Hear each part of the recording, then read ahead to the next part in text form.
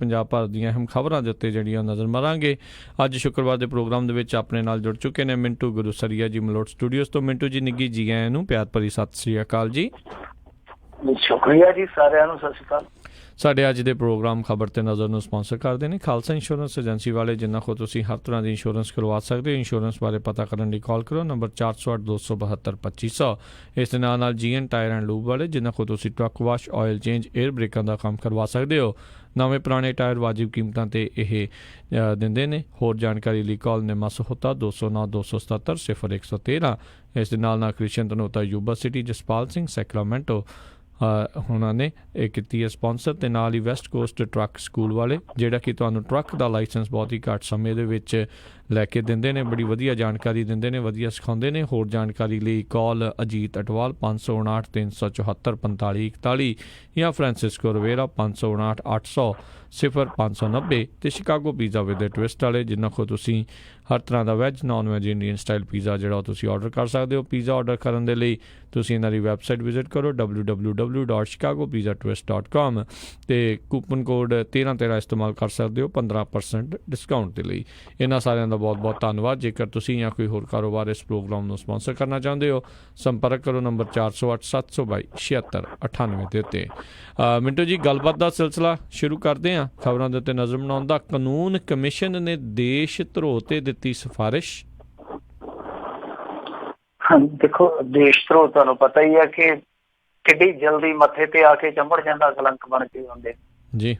ਪਰ ਪੁਰਾਣੇ ਜ਼ਮਾਨਿਆਂ 'ਚ ਵਿਰੋਧ ਨੂੰ ਘੋੜਿਆਂ ਦੀਆਂ ਟਾਪਾਂ ਥੱਲੇ ਦੇ ਦਿੱਤਾ ਜਾਂਦਾ ਸੀ, ਨੱਪ ਦਿੱਤਾ ਜਾਂਦਾ ਸੀ, ਕੁਚਲ ਦਿੱਤਾ ਜਾਂਦਾ ਸੀ। ਅੱਜ ਦੇ ਦੌਰ ਦੇ ਵਿੱਚ ਵਿਰੋਧ ਨੂੰ ਇਸੇ ਤਰ੍ਹਾਂ ਹੀ ਕਾਨੂੰਨ ਦੀ ਦੁਰਵਰਤੋਂ ਕਰਕੇ, ਕੁਵਰਤੋਂ ਕਰਕੇ ਨੱਪ ਦਿੱਤਾ ਜਾਂਦਾ। ਮਤਲਬ ਕਿ ਤੌਰ ਤਰੀਕੇ ਬਦਲ ਗਏ ਆ।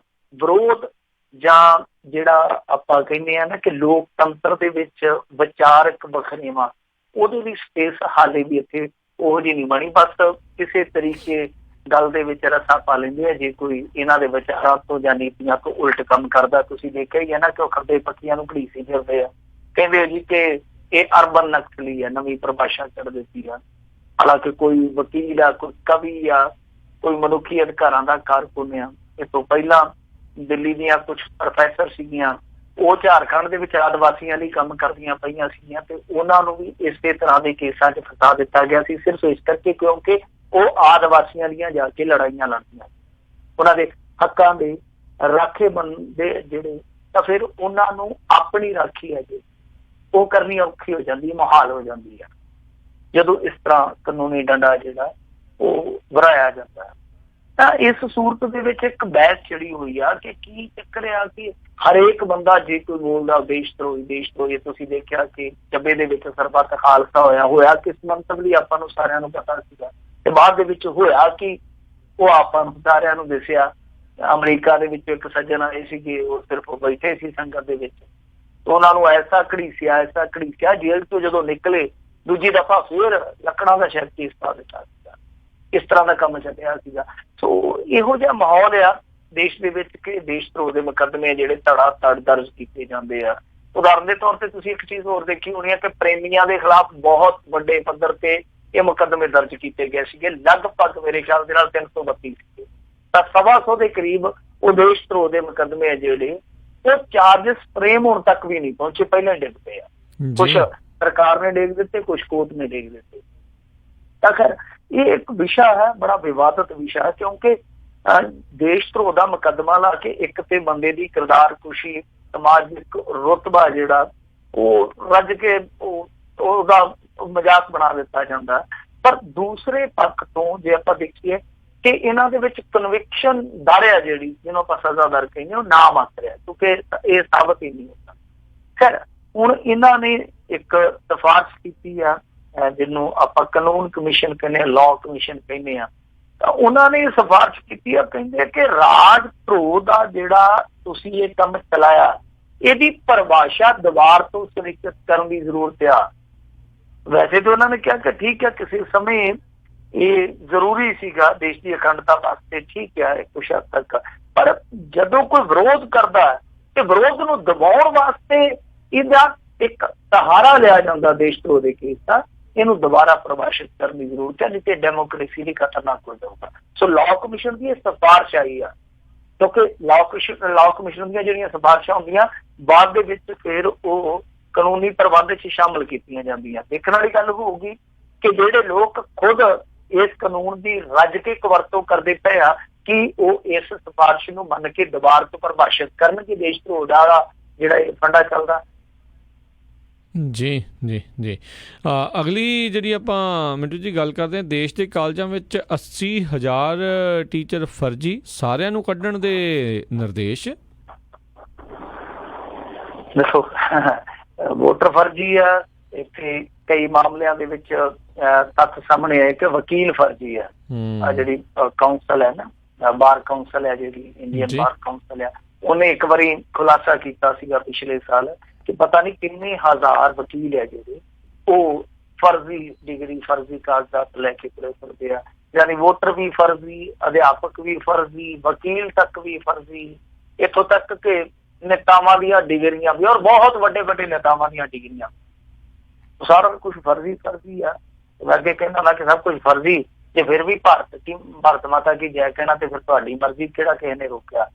ਖੈਰ ਇਹ ਜੋ ਤੱਥ ਜਨਤਕ ਕੀਤਾ ਜਾਂ ਕਹੀਏ ਕਿ ਖੁਲਾਸਾ ਕੀਤਾ, ਇਹ ਕਿਸੇ ਹੋਰ ਨੇ ਨਹੀਂ, ਜਿਹਨੂੰ ਯੂਨੀਵਰਸਿਟੀ ਗ੍ਰਾਂਟਸ ਕਮਿਸ਼ਨ ਕਹਿ ਦਿੰਦੇ ਆ, UGC ਜਿਹਨੂੰ ਕਹਿ ਦਿੰਦੇ ਆ, ਤਾਂ ਉਹਦੇ ਚੇਅਰਮੈਨ ਹੈ ਜਿਹੜੇ ਪ੍ਰੋਫੈਸਰ ਧਿਰੰਦਰਪਾਲ ਜੀ, ਉਹਨਾਂ ਨੇ ਇੱਕ ਕਨਵੋਕੇਸ਼ਨ ਦੇ ਵਿੱਚ ਭਾਗ ਲੈਂਦਿਆਂ ਇਹ ਗੱਲ ਕਹੀ ਆ ਕਿ ਜਿਹੜੀਆਂ ਕੁਝ ਕੇਂਦਰੀ ਯੂਨੀਵਰਸਿਟੀਆਂ ਰਾਜ ਤੇ ਕੁਝ ਪ੍ਰਾਈਵੇਟ ਯੂਨੀਵਰਸਿਟੀਆਂ, ਨਿੱਜੀ ਯੂਨੀਵਰਸਿਟੀਆਂ ਜਿਹਨਾਂ ਨੂੰ ਕਹਿੰਦੇ ਆ, ਤਾਂ ਇਹਨਾਂ ਯੂਨੀਵਰਸਿਟੀਆਂ ਦੇ ਵਿੱਚ 80,000 ਦੇ ਕਰੀਬ ਜਿਹੜੇ ਟੀਚਰ, ਅਧਿਆਪਕ ਆ ਜਾਂ ਪ੍ਰੋਫੈਸਰ ਕਹਿ ਲਓ, ਉਹ ਫਰਜ਼ੀ ਆ।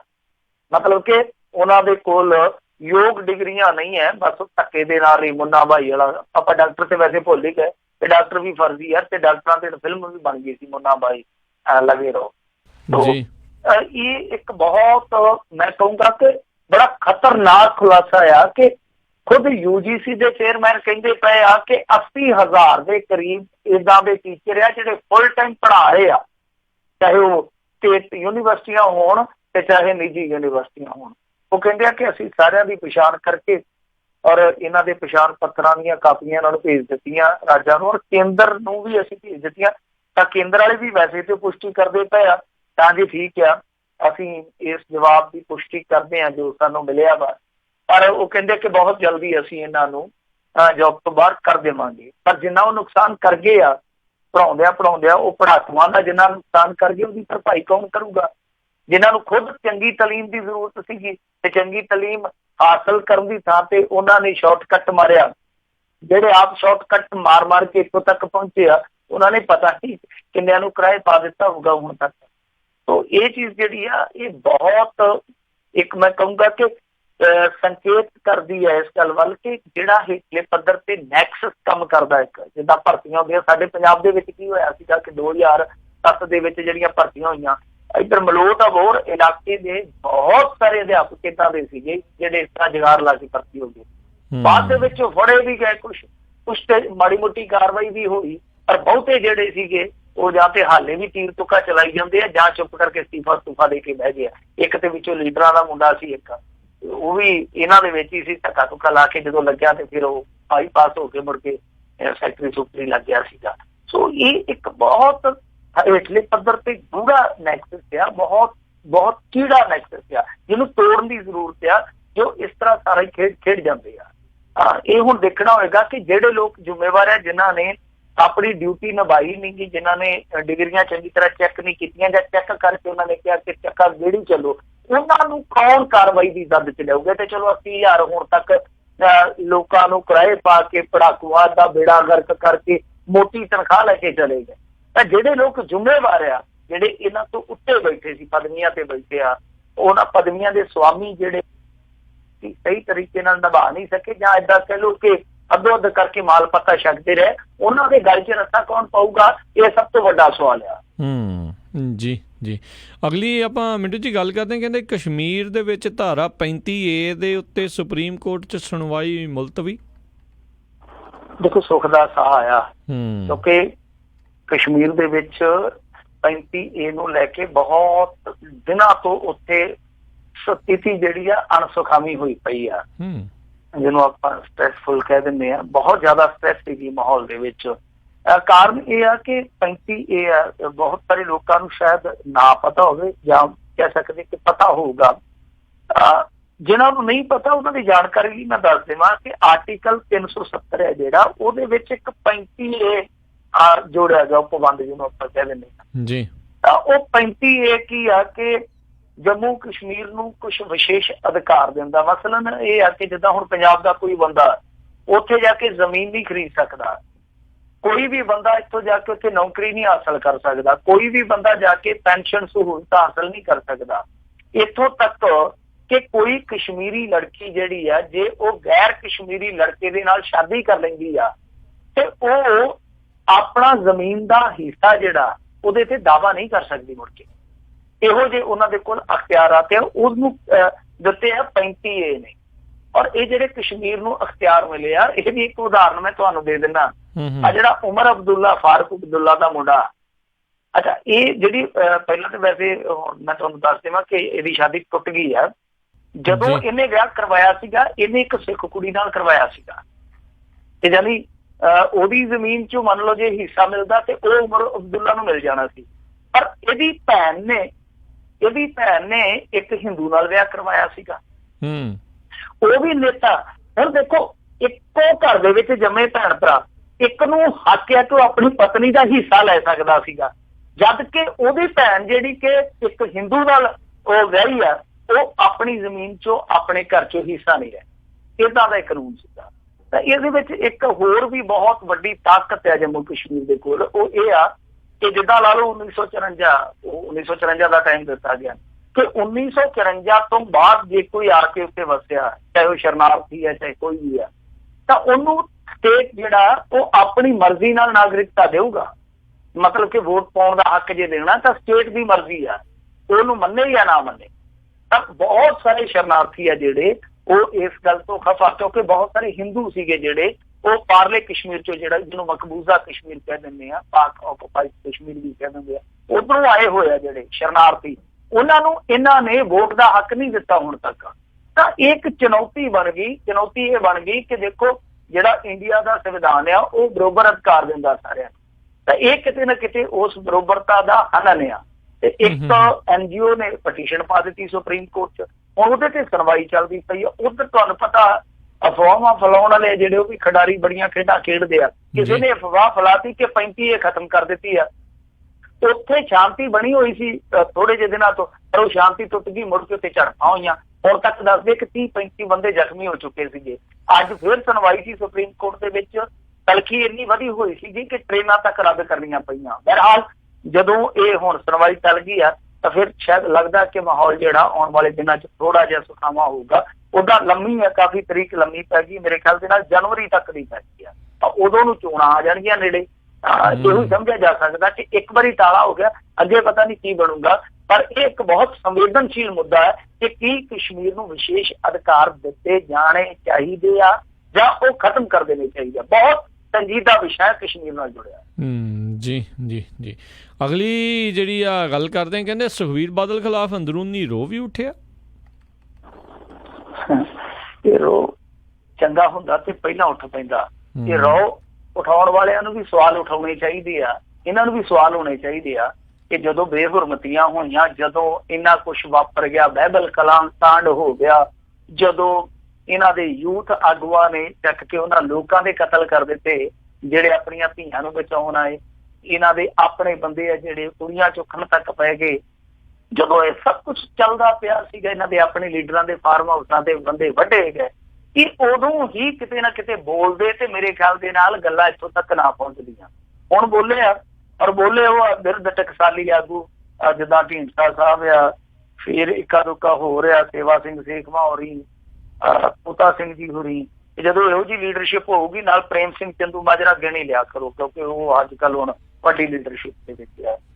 ਇਹ ਜਿਹੜੀ ਮੋਰਲੀ ਕਤਾਰ ਦੀ ਸੀਨੀਅਰ ਲੀਡਰਸ਼ਿਪ ਆ, ਉਹਨਾਂ ਨੇ ਸਿੱਧੇ ਤੌਰ ਤੇ ਕਿਹਾ, ਬਾਹਰ ਆ ਕੇ ਕਿਹਾ ਕਿ ਦੇਖੋ ਇਹ ਫੈਸਲਾ ਇੱਕ ਤੇ ਗਲਤ ਸੀਗਾ ਜਿਹੜਾ ਇਹਨਾਂ ਨੇ ਉੱਤੇ ਕਦਮ ਤੋਂ ਵਾਕ ਆਊਟ ਕਰਨ ਦਾ ਲਿਆ, ਯਾਨੀ ਸਿੱਧੇ ਤੌਰ ਤੇ ਸੁਖਬੀਰ ਸਿੰਘ ਬਾਦਲ ਨੂੰ ਇਹਨਾਂ ਨੇ ਗਲਤ ਠਹਿਰਾਇਆ। ਇਹ ਫੈਸਲਾ ਨਹੀਂ ਸੀ ਲੈਣਾ ਚਾਹੀਦਾ। ਉਹ ਕਹਿੰਦੇ ਆ ਕਿ ਦੇਖੋ ਚਾਹੇ 14 ਮਿੰਟ ਸੀਗੇ ਪਾਰਟੀ ਦੇ ਕੋਲ, ਤਾਂ ਘੱਟੋ ਘੱਟ ਡਿਫੈਂਡ ਤੇ ਕੀਤਾ ਜਾ ਸਕਦਾ ਸੀਗਾ ਨਾ। ਇਸ ਰਿਪੋਰਟ ਨੇ ਅਕਾਲੀ ਦਲ ਨੂੰ ਹੀ ਪੰਥਕ ਵਿਰੋਧੀ ਬਣਾ ਦਿੱਤਾ, ਤਾਂ ਇਸ ਚੀਜ਼ ਨੂੰ ਡਿਫੈਂਡ ਕੀਤਾ ਜਾ ਸਕਦਾ ਸੀਗਾ। ਤੋਤਾ ਸਿੰਘ ਨੇ ਵੀ ਕਿਹਾ ਇਸੇ ਗੱਲ ਨੂੰ, ਉਹਨਾਂ ਨੇ ਇਹਨਾਂ ਨੇ ਵੀ ਇਸੇ ਗੱਲ ਨੂੰ ਹੀ ਪਰਪੱਕਤਾ ਦੇ ਨਾਲ ਰੱਖਿਆ ਕਿ ਦੇਖੋ ਕਾਂਗਰਸ ਤੇ ਆਮ ਆਦਮੀ ਪਾਰਟੀ ਨੂੰ ਨਿਸ਼ਾਨਿਆਂ ਤੋਂ, ਜਿੱਦਾਂ ਉਹਨਾਂ ਨੇ ਵਿੰਨੇ ਸੀ ਨਿਸ਼ਾਨੇ, ਉਹਨਾਂ ਤੋਂ ਬਚਾ ਕੇ ਪਾਰਟੀ ਨੂੰ ਚਾਹੀਦਾ ਸੀਗਾ ਕਿ ਉਹਨਾਂ ਦੇ ਨਿਸ਼ਾਨੇ ਵਿੰਨਦੇ।